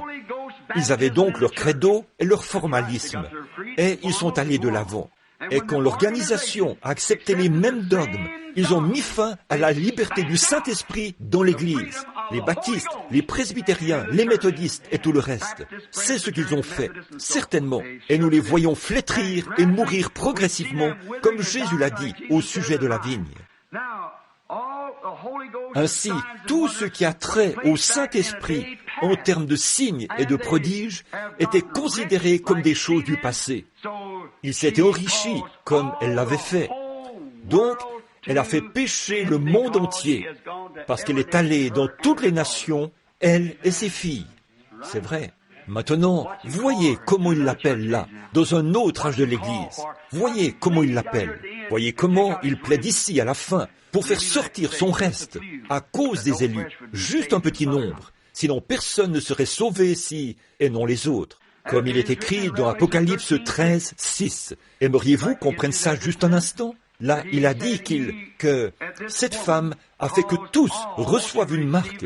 C'est ce qu'a fait cette bête. Elle a fait que tous reçoivent une marque, les pauvres, les grands, peu importe qui ils sont, la marque de la bête, c'est-à-dire l'Église catholique romaine. Soit cela, soit il faut une image. Apocalypse 13, 14. Il faut une image à la bête. Je suppose que vous avez tous lu cela. Sinon, eh bien, prenons cela tout de suite et relisons cela. Apocalypse 13, 14. Et il a séduit les habitants sur la terre par les prodiges qui lui étaient donnés d'opérer en présence de la bête. Ça, c'est la confédération des églises. Et d'opérer en présence de la bête. Disant aux habitants sur la terre de faire une image à la bête qui avait la blessure mortelle, le paganisme, qui avait été faite par l'épée et qui vivait par la papauté de la Rome païenne à la Rome papale. Voyez, faire une image à elle, c'est quoi au juste? Exactement ce qu'ils font en ce moment même. Tout à fait, allant de l'avant avec la confédération des églises. Toutes les églises appartiennent à cette organisation, toutes formeront un seul groupe. Maintenant, ils sont en train de se donner une Bible, et le pape Jean les a tous invités à revenir. L'archevêque de Canterbury, tous sont en train d'y aller. Avant longtemps, elles reviendront toutes vers maman, parce qu'elles étaient des prostituées dès le départ. Voyez, ils disent, on va s'unir tous ensemble pour défendre une seule grande cause, la lutte contre le communisme. Ils ignorent que c'est Dieu qui a suscité le communisme. Je peux prouver cela par la Bible, et a même mis dans la pensée de ces gens-là de venger le sang des saints qu'ils ont versé sur la terre. Dieu a suscité le communisme exactement comme il l'avait procédé avec le roi Nebuchadnezzar, afin de châtier Israël. Il a suscité le communisme, et un de ces jours, il fera disparaître Rome de la carte. Tout à fait. Dieu l'a dit, c'est vrai. Je suis contre le communisme, c'est contraire à Dieu. Bien sûr que ça l'est, mais ne faites pas trop attention au rideau de fer. Surveillez plutôt le rideau de pourpre. Lisez le livre des martyrs de Fox, et vous verrez ceci. C'est vrai. Maintenant, voyons où nous... Et vous voyez donc maintenant ici qu'elle a fait en sorte que tous, riches et pauvres, reçoivent une marque. Mais il y a une catégorie qu'elle ne pouvait pas toucher. Vous savez ça? Apocalypse 13, 8. Écoutez ceci, laissez-moi lire ceci. Et il se tint debout sur les sables de la mer. Puis je vis monter des mers une bête qui avait 10 cornes et 7 têtes. Sur les cornes, les diadèmes. est sur les têtes des noms de blasphème. Ça, ce sont les 7 collines. Nous avons vu tout ça hier soir, vous savez. La bête que tu as vue était semblable à un léopard. Pieds étaient semblables à ceux d'un ours. Et sa gueule, une gueule de lion. Le dragon, il s'agit du diable rouge qui se tenait devant la femme pour dévorer son enfant, c'est-à-dire Rome, nous le savons tous, et lui donna puissance et son trône et une grande autorité. Et je vis l'une de ses têtes comme étant blessée à mort. Le paganisme, voyez, mais sa blessure mortelle fut guérie. La papauté a pris sa place. Ils se sont unis au christianisme avec les Nicolaïtes. Et toute la terre était dans l'admiration derrière la bête.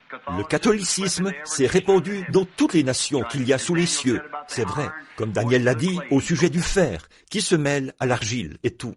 Je vais vous faire un petit commentaire à ce sujet. Le fer et l'argile.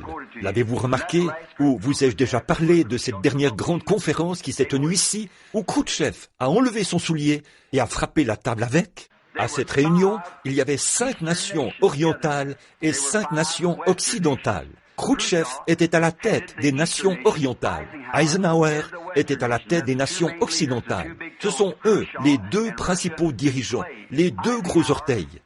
Khrouchtchev signifie argile en russe. Eisenhower en amer signifie fer en anglais. Nous sommes à la fin. Et ils adorèrent le dragon, parce qu'il avait donné l'autorité à la bête. C'est notre prochain message, ici au tabernacle, vous comprenez. Ils adorèrent la bête, en disant, qui est semblable à la bête, et qui peut combattre contre elle. En d'autres termes, regardez bien. Eisenhower a un grand nom ici aux États-Unis, mais à Rome, il n'est rien. En Russie, il n'est rien. Khrouchtchev est grand en Russie, mais aux États-Unis, il n'est rien. Mais il y a un homme qui est grand partout, c'est le pape. C'est vrai, organisons-nous et réunissons-nous. Et il lui fut donné une bouche pour proférer des paroles arrogantes, le blasphème. Il lui fut donné le pouvoir d'agir pendant 42 mois. Et elle ouvrit sa bouche et blasphéma Dieu. Et en enseignant des préceptes qui sont des commandements d'hommes, emportés, enflés d'orgueil, aimant le plaisir, ayant l'apparence de la piété, mais reniant ceux qui ont fait la force, et blasphéma son nom. Ils ont pris Père, Fils et Saint-Esprit au lieu de Seigneur Jésus-Christ. Voyez, et son tabernacle, et ceux qui habitaient dans le ciel. Et il lui fut donné de faire la guerre contre les saints. Voilà le début de la persécution, et de les vaincre. Et il lui fut donné autorité sur toute tribu, tout peuple, langue et toute nation. Et tous ceux-là, les habitants de la terre, l'adoreront, ceux dont le nom n'avait pas été écrit dès la fondation du monde dans le livre de vie de l'agneau qui a été immolé. Oh, oh, oh, oh, oh, oh, oh. La fondation du monde. Nos noms, si jamais ils sont dans le livre, y ont été écrits à ce moment-là.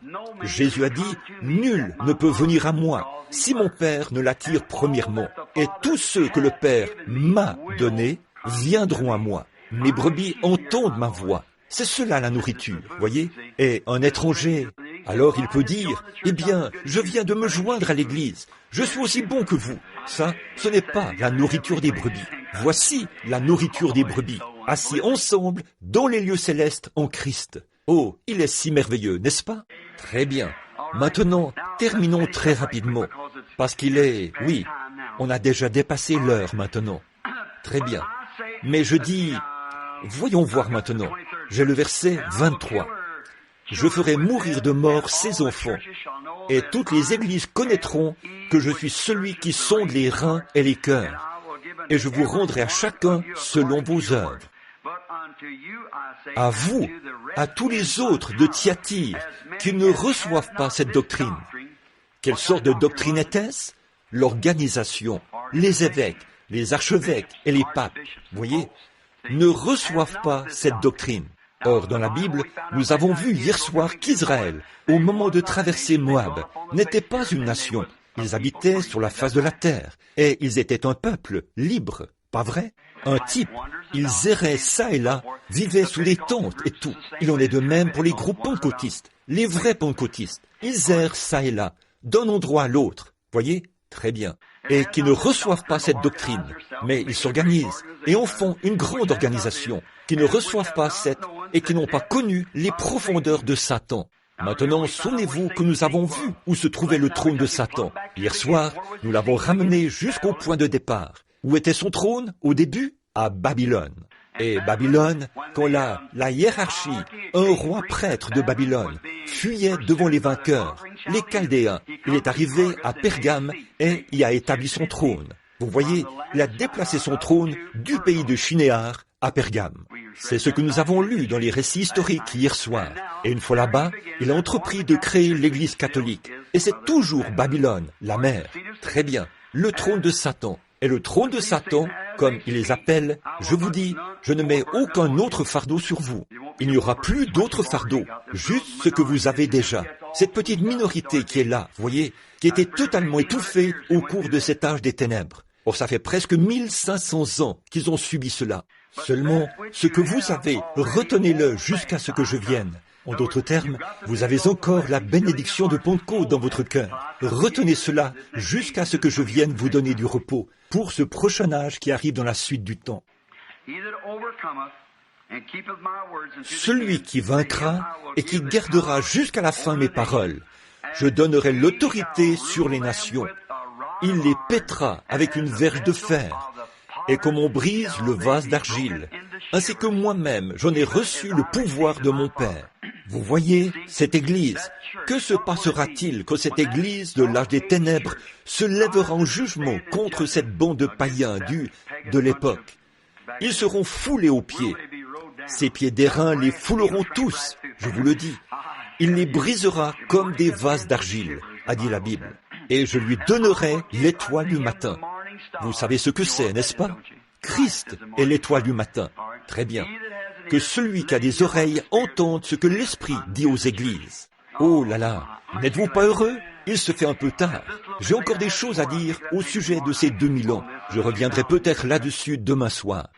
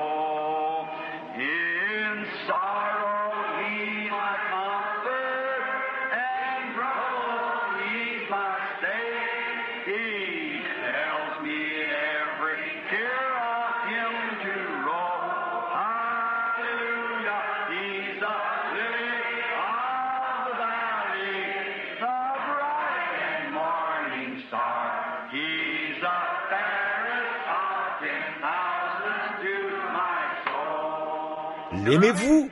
Oh, moi vraiment.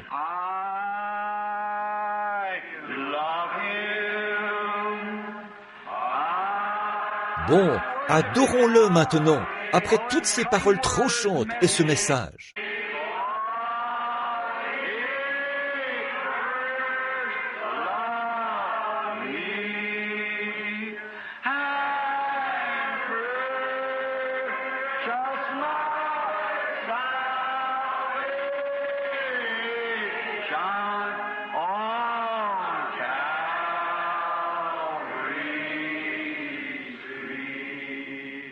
N'est-il pas merveilleux? Je l'aime.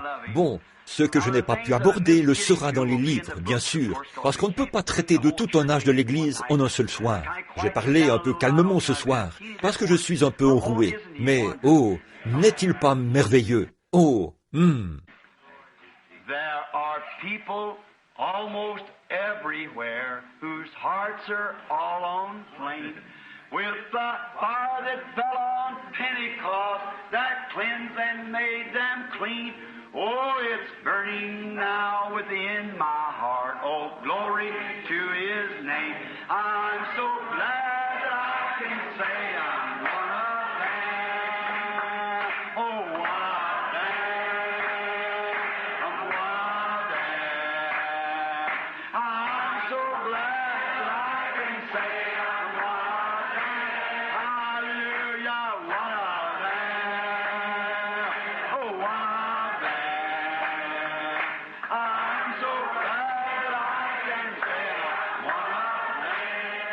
Êtes-vous heureux? Je me souviens d'un soir où je revenais de Chattanooga. L'avion avait été cloué au sol, au Tennessee, là-bas à Memphis. On m'avait logé dans un grand et bel hôtel là-bas. Puis, on m'a appelé pour me dire, l'avion partira demain matin à 7 heures. J'ai pris des lettres pour aller les mettre dans la boîte aux lettres. Comme j'étais en chemin pour rentrer à la maison, j'avais répondu aux lettres de quelques-uns de mes amis. Alors que j'y allais, le Saint-Esprit a dit, « Continue à marcher ». J'ai donc continué, et je suis arrivé dans le quartier des gens de couleur. Alors que j'étais là-bas, je me disais, « Oh, dis donc, c'est l'heure du départ de l'avion ». Et le Saint-Esprit me disait sans cesse, « Continue de marcher ». Exactement comme il l'a fait l'autre jour, là-bas, dans les bois, vous savez. Continue de marcher tout simplement. J'ai donc continué de marcher.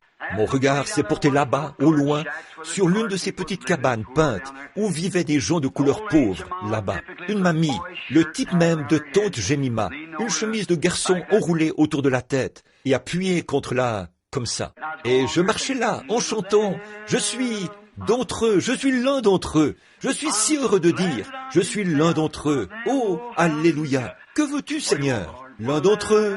Je suis l'un d'entre eux. Croyez-vous qu'on peut être conduit par l'Esprit? Oui, bien sûr. Je suis si heureux de dire, je suis l'un d'entre eux.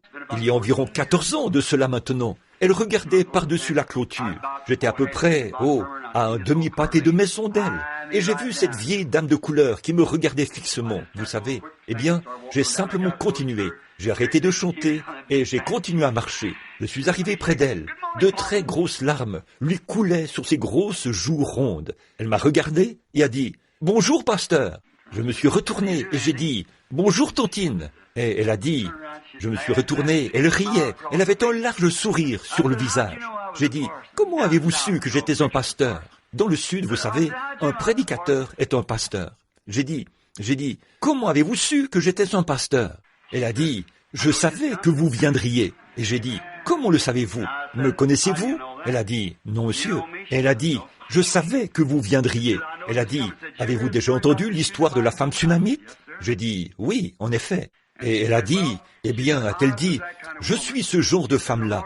Elle a dit, le Seigneur m'a donné un enfant, et je lui ai dit à lui que je l'élèverais. Elle a dit, je suis une femme pauvre, je fais des lessives et je travaille pour les Blancs pour gagner de quoi vivre. Elle a dit, et il m'a dit qu'il me donnerait un enfant, et je lui ai dit que je l'élèverais. Elle a dit, je l'ai élevé du mieux que je pouvais, mais, a-t-elle dit, pasteur, il s'est mis à avoir de mauvaises fréquentations. Il a attrapé une maladie et nous n'en savions rien. Elle a dit, cela a atteint un stade avancé. Il se meurt sur le lit, là, à l'intérieur. Elle a dit, ça fait maintenant 2 jours qu'il est inconscient.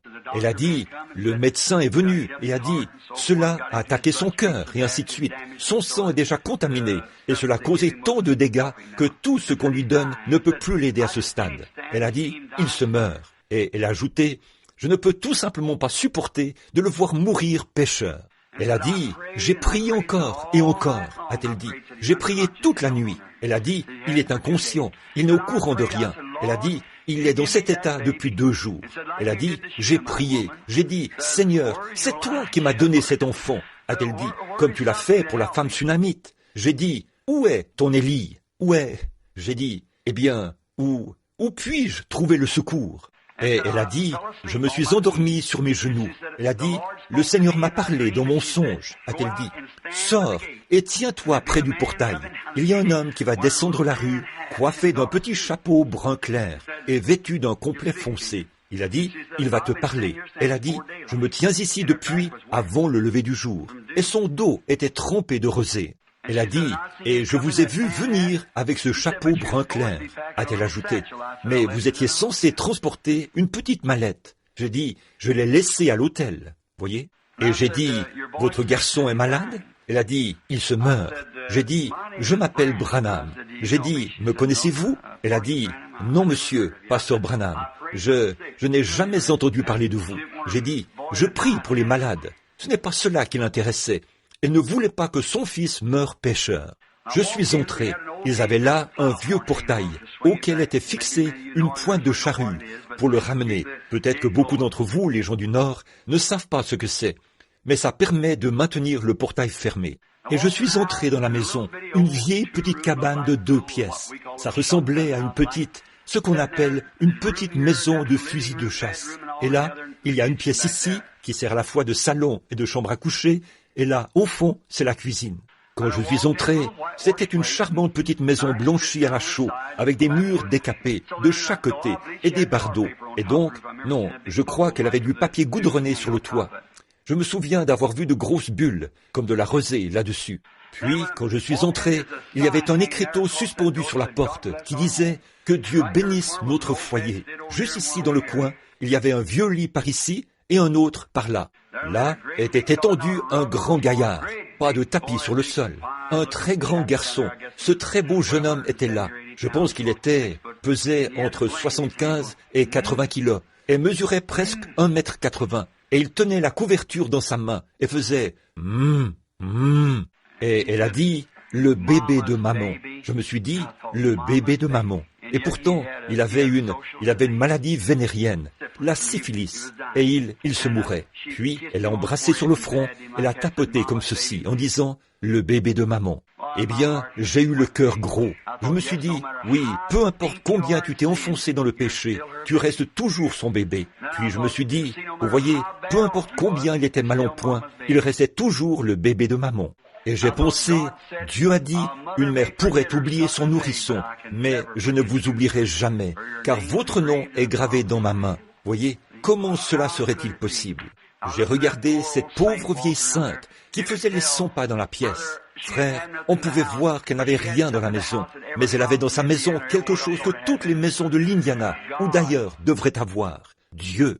Je préférerais avoir ça plutôt qu'une belle grande maison avec des affiches de femmes indécentes et toutes ces images vulgaires et obscènes. Il y avait là une vieille Bible ouverte dont les vieilles pages étaient froissées.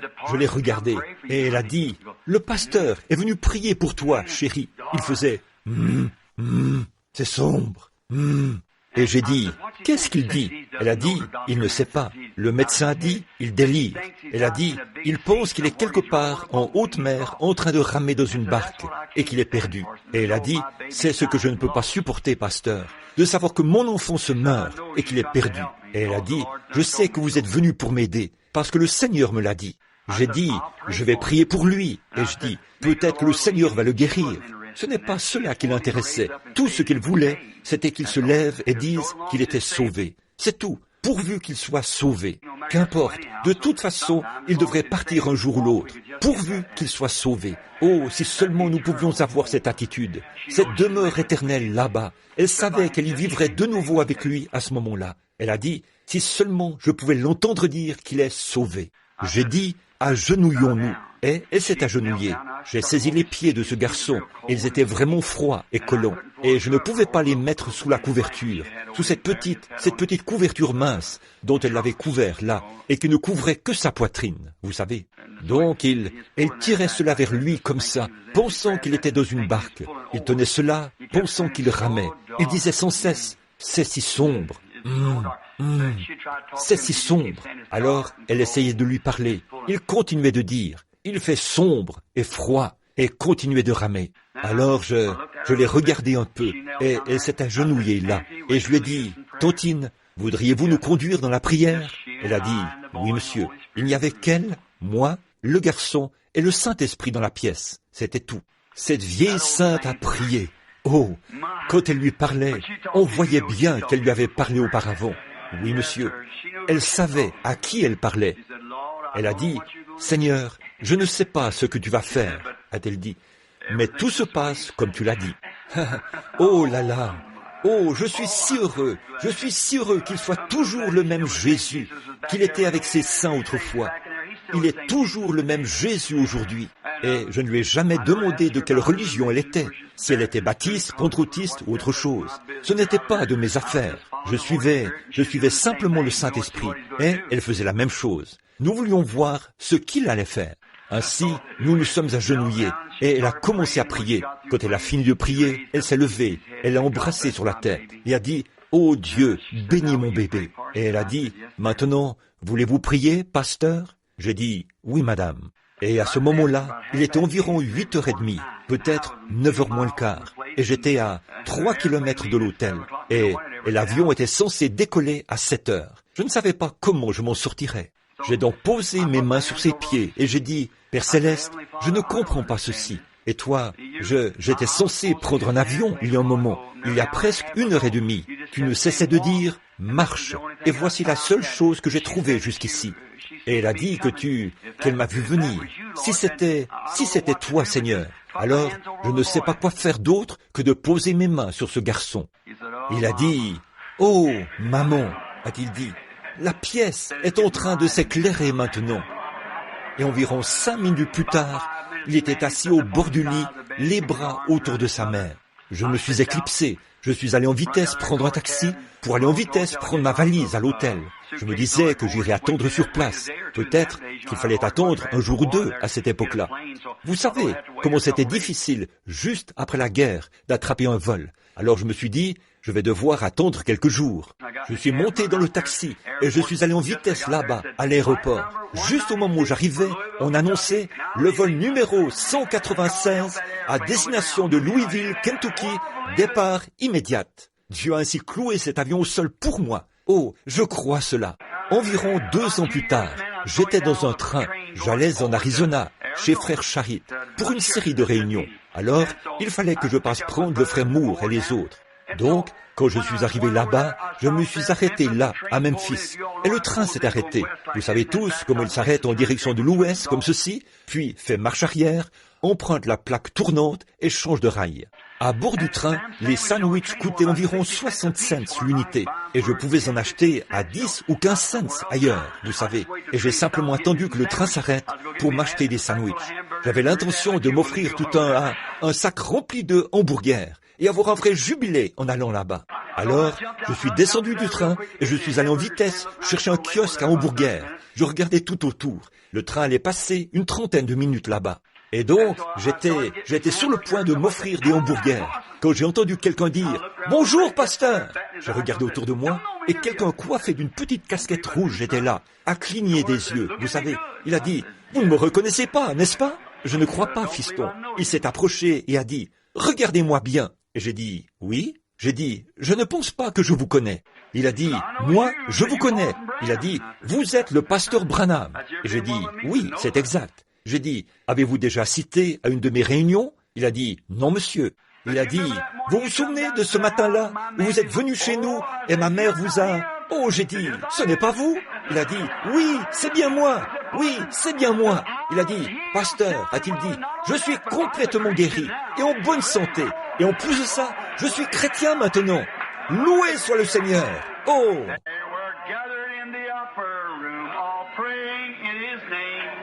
They were baptized with the Holy Ghost and power for service came.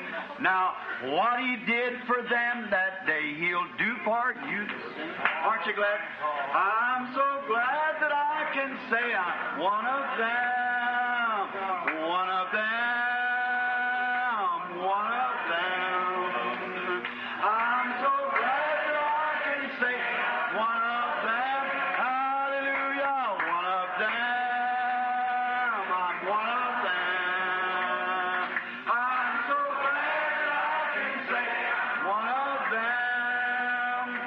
Ils n'ont pas beaucoup d'instructions et tout.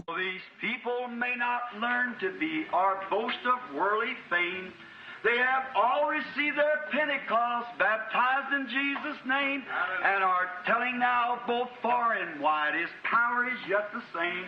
I'm so glad that I can say I'm one of them.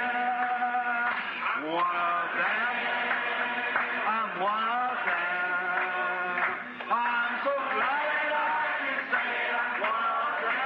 Hallelujah, one of them. One of them. I'm so glad that I can say I'm one of them. Come, my brothers, seek this blessing that will cleanse your heart from sin. It will start the joy bells ringing and will keep your soul aflame. Oh, it's burning now within my heart. Oh, glory to His name. I'm so glad that Maintenant, serrez la main à quelqu'un devant, derrière et à côté de vous.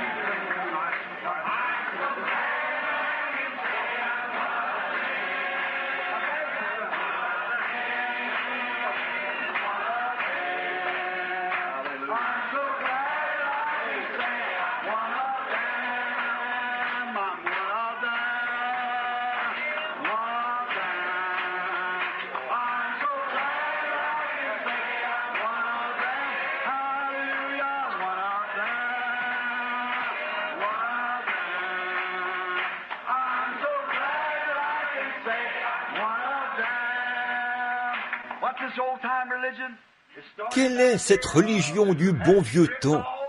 Elle a commencé là-bas et tout au long, elle a ruisselé avec le sang de Jésus-Christ. Oh là là! Oh, combien je suis heureux pour l'Évangile! Oh, oh oui, monsieur! Yes, it's dripping with blood. This Holy Ghost gospel is dripping with blood. The blood of these martyrs all down who died for the truth.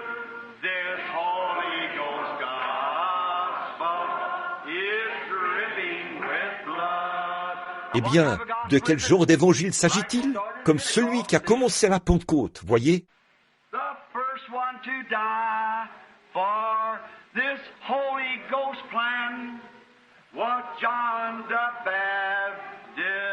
Voyez, il l'avait reçu depuis le sein de sa mère, vous savez.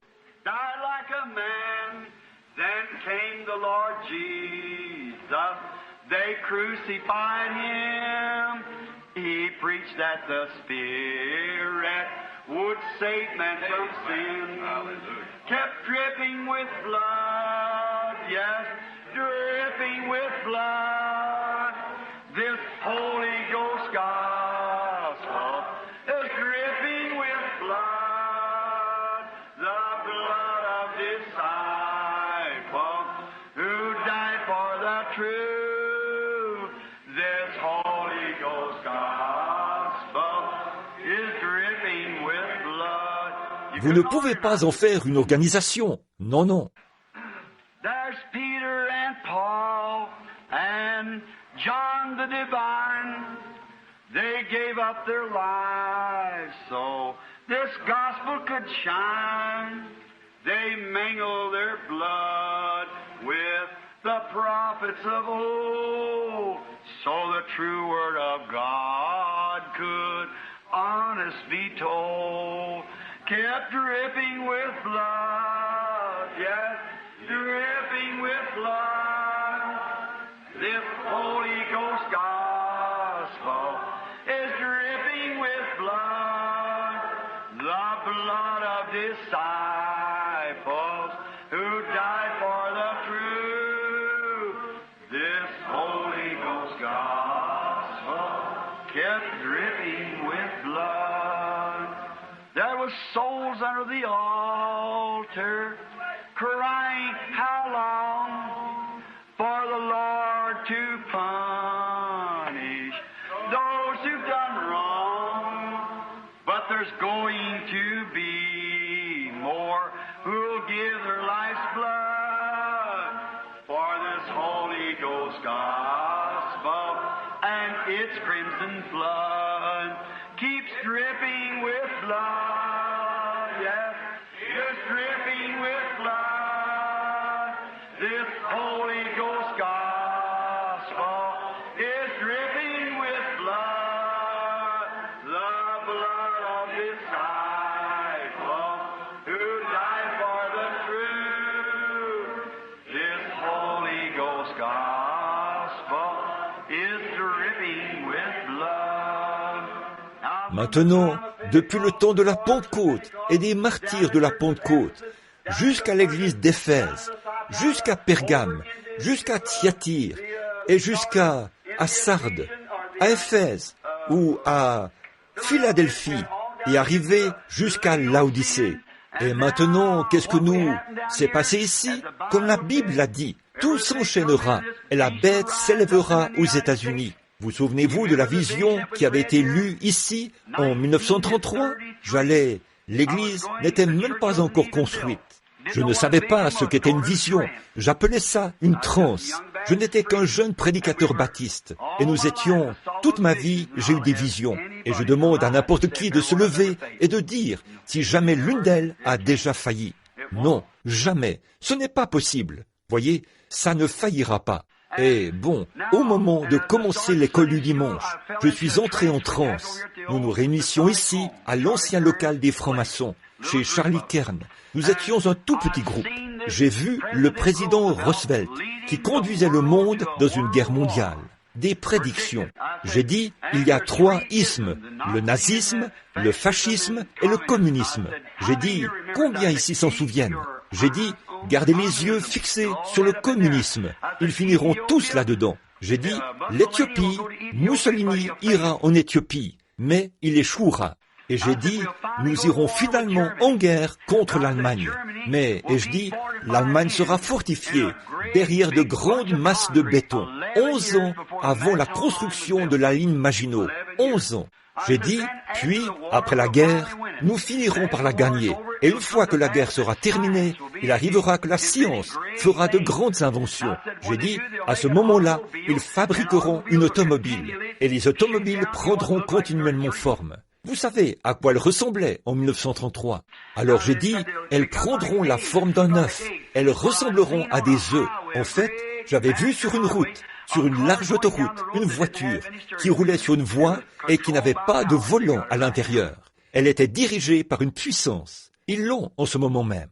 J'ai dit, à ce moment-là, ils accorderont aux femmes le droit de vote. Et par leur suffrage, les femmes finiront. J'ai dit, cette nation est une nation de la femme. Elle est caractérisée par une femme. C'est une femme tout au long dans la prophétie, partout. Elle a le nombre 13 partout dans la prophétie. Et j'ai dit, c'est un pays de femmes. Elle a des libertés ici. Et elle va tout gâcher. Elle causera la perte du monde. Et Roy, j'étais lettre à ce sujet. Cette grande femme qui, derrière chaque affaire criminelle, j'ai examiné cela minutieusement. Derrière chaque crime commis ici, aux États-Unis, se cache une femme. C'est tout à fait vrai. Il s'agit bien des femmes immorales, voyez-vous, et tout. Alors, j'ai donc dit, il arrivera qu'en ce temps-là, quand on accordera aux femmes le droit de vote, elles éliront la mauvaise personne. C'est ce qu'elles ont fait lors de cette dernière élection, c'est vrai. Ce sera le fondement de ce bastion. À ce moment-là, il arrivera qu'une femme imposante se lève aux États-Unis, qu'elle sera magnifiquement vêtue. Et j'ai mis en parenthèse, peut-être l'Église catholique. Voyez, elle prendra le contrôle du pouvoir et dominera sur tout le monde aux États-Unis. Elle sera belle à voir, mais elle sera cruelle au possible. J'ai dit, puis j'ai regardé de nouveau et j'ai vu les États-Unis mis en pièces par une explosion. Il n'en restait plus rien. J'avais prédit cela en ce temps-là. Or ça, c'était ainsi dit le Seigneur. Pensez-y, 5 de ces 7 prédictions sont déjà accomplies. L'Église aura l'emprise, l'Église catholique, et la fin du temps viendra. Et j'ai dit, j'ai vu comme des souches qui brûlaient, des rochers explosés, et les États-Unis tout entiers ressemblaient à un terrain nu, comme ça, aussi loin que je pouvais voir de l'endroit où j'étais. Et j'ai dit, je prédis, au rythme où vont les choses, que cela aura lieu entre cette année 1933 et 1977. Pour ce faire, il va falloir que les choses aillent très rapidement. Et nous sommes assis sur un baril de poudre, mes amis. Tout est prêt. Oh, mais notre précieux Père Céleste, il a fait la promesse. Il a fait la promesse. N'est-ce pas merveilleux d'être un serviteur de Christ? Toutes les choses qu'il a promises. Et pensez-y, nous sommes privilégiés. Il vit ici même. Lui qui est avec nous maintenant même. Il connaît tous les secrets de chaque cœur. Il sait tout à votre sujet. Les flammes de feu traversent notre cœur. Il sait tout à notre sujet. Il nous aime. N'êtes-vous pas heureux ce soir de faire partie de ce petit groupe minoritaire qui garde la foi? En effet, voici son commandement. Ne crains point, petit troupeau. Votre Père a trouvé bon de vous donner le royaume. Et si l'œuvre n'était pas abrégée, nulle chair ne serait sauvée. Voyez, nous sommes tout à fait au temps de la fin. Les pentecôtistes deviennent froids, tièdes, et sont vomis de la bouche de Dieu. Juste un tout petit groupe est sorti ici, juste quelques-uns. Mais de lui se fera entendre, « Voici, l'époux vient !» Et à ce moment-là, chacune de ces veilles, chaque veille de ces veilles, souvenez-vous, il y a en tout 7 veilles, et nous sommes dans 7 dernières veilles. Mais chacune de ces vierges, depuis le début jusqu'ici, s'est levée. Amen. Oh, qu'était-ce? Le même Saint-Esprit. Alors, quand l'Église est partie, comme nous l'avons vu dimanche soir, Joseph, pour se faire connaître à Israël, ses frères, a renvoyé son épouse, tout le monde, il les a renvoyés au palais. Il est resté seul avec les Juifs et il a dit, « Je suis Joseph, votre frère. » Appliquez cela à l'Écriture où il est dit, « qu'il publierait un jour de deuil et que chaque maison sera dans le deuil séparément. Ils ont dit, d'où te viennent ces cicatrices? Il a dit, aux mains de... Que tu as aux mains? Il a dit, de la maison de mes amis. Ceux qui l'ont percé le verront. Il se tient là, ce Joseph. Il a dit, comme Joseph a dit, ne soyez pas fâchés, car c'est pour vous sauver la vie que Dieu l'a fait. Quoi? La vie de l'Église, les gens des nations. À cause de son nom, il s'est choisi un peuple parmi les gens des nations. Oh, nous sommes à la fin, mes frères. Nous y sommes. Béni soit le nom du Seigneur. Chantons tous ensemble ce bon vieux cantique, comme des frères et sœurs pentecôtistes. Maintenant vous dites, eh bien, je suis baptiste. Mais si vous avez la bénédiction de Pentecôte, vous êtes pentecôtiste. Ah oui, très bien, très bien. Blessed be the tie that binds our hearts in Christian love. The fellowship of kindred mind is like to that above. Maintenant, écoutez mes amis, s'il y a quelqu'un ici parmi nous qui est quelque part sur le chemin de la vie, a laissé un peu d'amertume entrer dans son cœur, écoutez-moi, débarrassez-vous-en maintenant, saisissez cela, ne laissez jamais quoi que ce soit.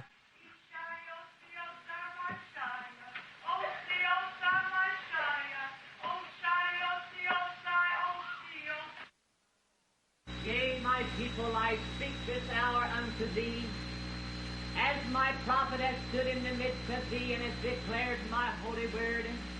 I speak unto thee even now by my spirit, saith the Almighty God. For I say unto thee, my people that out in this world tonight, yea, I have spoken days gone by concerning these things, even this very hour their great plans being made, yea, that shall bring the hour of destruction upon this fair land. Yea, even in this world tonight there are spiritual forces being gathered together that shall come against thee, my people. But I say unto thee, be thou not discouraged in that day nor hour, for I say that I am the great Almighty God.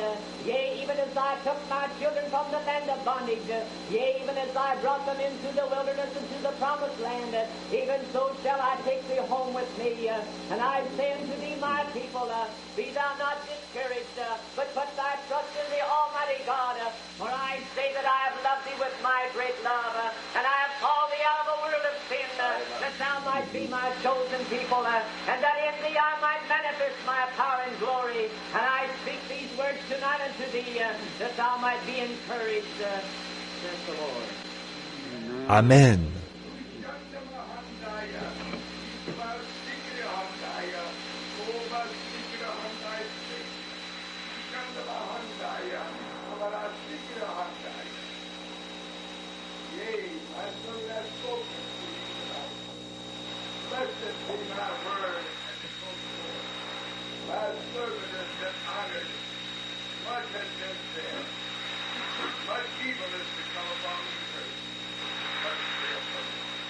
Amen, Amen. Seigneur Jésus, nous te remercions pour ces messages. Cela nous stimule, Seigneur, de savoir que nous n'avons pas évité cela, mais que nous avons gardé la foi. Oh, je prie, ô Dieu, que l'Esprit continue de demeurer dans l'Église. Fais que nous soyons attachés les uns aux autres, Père. Garde-nous près de toi et marche parmi nous, ô Seigneur, dans ce dernier âge du chandelier où nous vivons. Sois notre lumière, brille sur nous, ô Seigneur, en ce grand temps de ténèbres, car nous sommes conscients que le chandelier et les étoiles montrent qu'il y a des ténèbres. Ô Seigneur, nous sommes heureux d'être des enfants de lumière, qui marchent dans la lumière de Dieu. Nous ne sommes pas attachés à la terre et aux choses de la terre, mais nous sommes tes enfants. Combien nous te remercions pour ces choses. Nous te remercions d'avoir envoyé ces messages comme une confirmation de ta parole. Puisses-tu toujours être honoré parmi nous, Père. Puisses-tu nous préserver de toute amertume de la terre. Fais-nous demeurer dans la sanctification, afin que nos vies soient pures, propres et saintes devant toi. Que le sang de Jésus-Christ fasse cela pour chacun de nous, Seigneur. S'il y a quoi que ce soit parmi nous qui ne soit pas juste, veuille ôter cela. Ôte cela de nous, Seigneur. C'est maintenant l'heure d'être sondés. Ces réunions ont pour but de sonder notre cœur. Tu as dit que les flammes de feu de tes yeux sondent et connaissent ce qui règne dans le cœur. Tu le fais certainement, Père, et tu nous as répondu. Ensuite, tu nous as dit de faire, d'être prêts, car l'heure approche. Oh, combien nous te remercions pour cela, Père. Nous le ferons avec tout ce qui est en nous par ta grâce. Amen. Oh, ne l'aimez-vous pas? Maintenant, s'il y a un étranger parmi nous, c'est ainsi que c'était au commencement. Quand Jésus était ici sur la terre, il a dit, quand quelqu'un l'avait interrogé au sujet du mariage et du divorce, ou quelque chose de ce genre, il a dit, il n'en était pas ainsi au commencement. Il faut retourner au commencement. Alors, si au début, c'était une église de la Pentecôte, et qu'il est le cep, et nous, les sarments, chaque fois que le cep produit une église, ce sera une église de la Pentecôte, un sarment de la Pentecôte, la même chose qu'au début, voyez, à tous les coups. Bon, vous pouvez y greffer d'autres ceps, ils porteront leurs fruits. Vous pouvez prendre un oranger et greffer un citronnier dessus. Il produira des citrons qui tireront leur vie de l'oranger. Greffer un pamplemoussier à ses côtés. Il produira un pamplemousse, puisque c'est un agrume. Donc, ces organisations, ces dénominations et tout, qui sont greffées ainsi, et qui se disent chrétiennes, elles peuvent tirer leur vie de la vie chrétienne. C'est tout à fait vrai, mais elles produiront des fruits dénominationnels. C'est vrai, parce qu'elles sont simplement ajoutées comme ça. Mais si jamais ce sarment produit lui-même ou si jamais ce cep produit un sarment, on écrira un livre des actes à sa suite. C'est tout à fait vrai, parce que c'est ce qui est arrivé la première fois. Chaque sarment qu'il produira lui-même portera des oranges, chacun d'eux. Et la Bible a parlé, il portait 12 sarments. Oh, je suis si heureux de vivre de ce sarment. Pas vous? Oui, monsieur. Oh, c'est merveilleux. Très bien. Rappelez-vous que demain soir, on abordera l'âge de Phila, de Sardes, l'entrée en scène de l'organisation luthérienne, Martin Luther.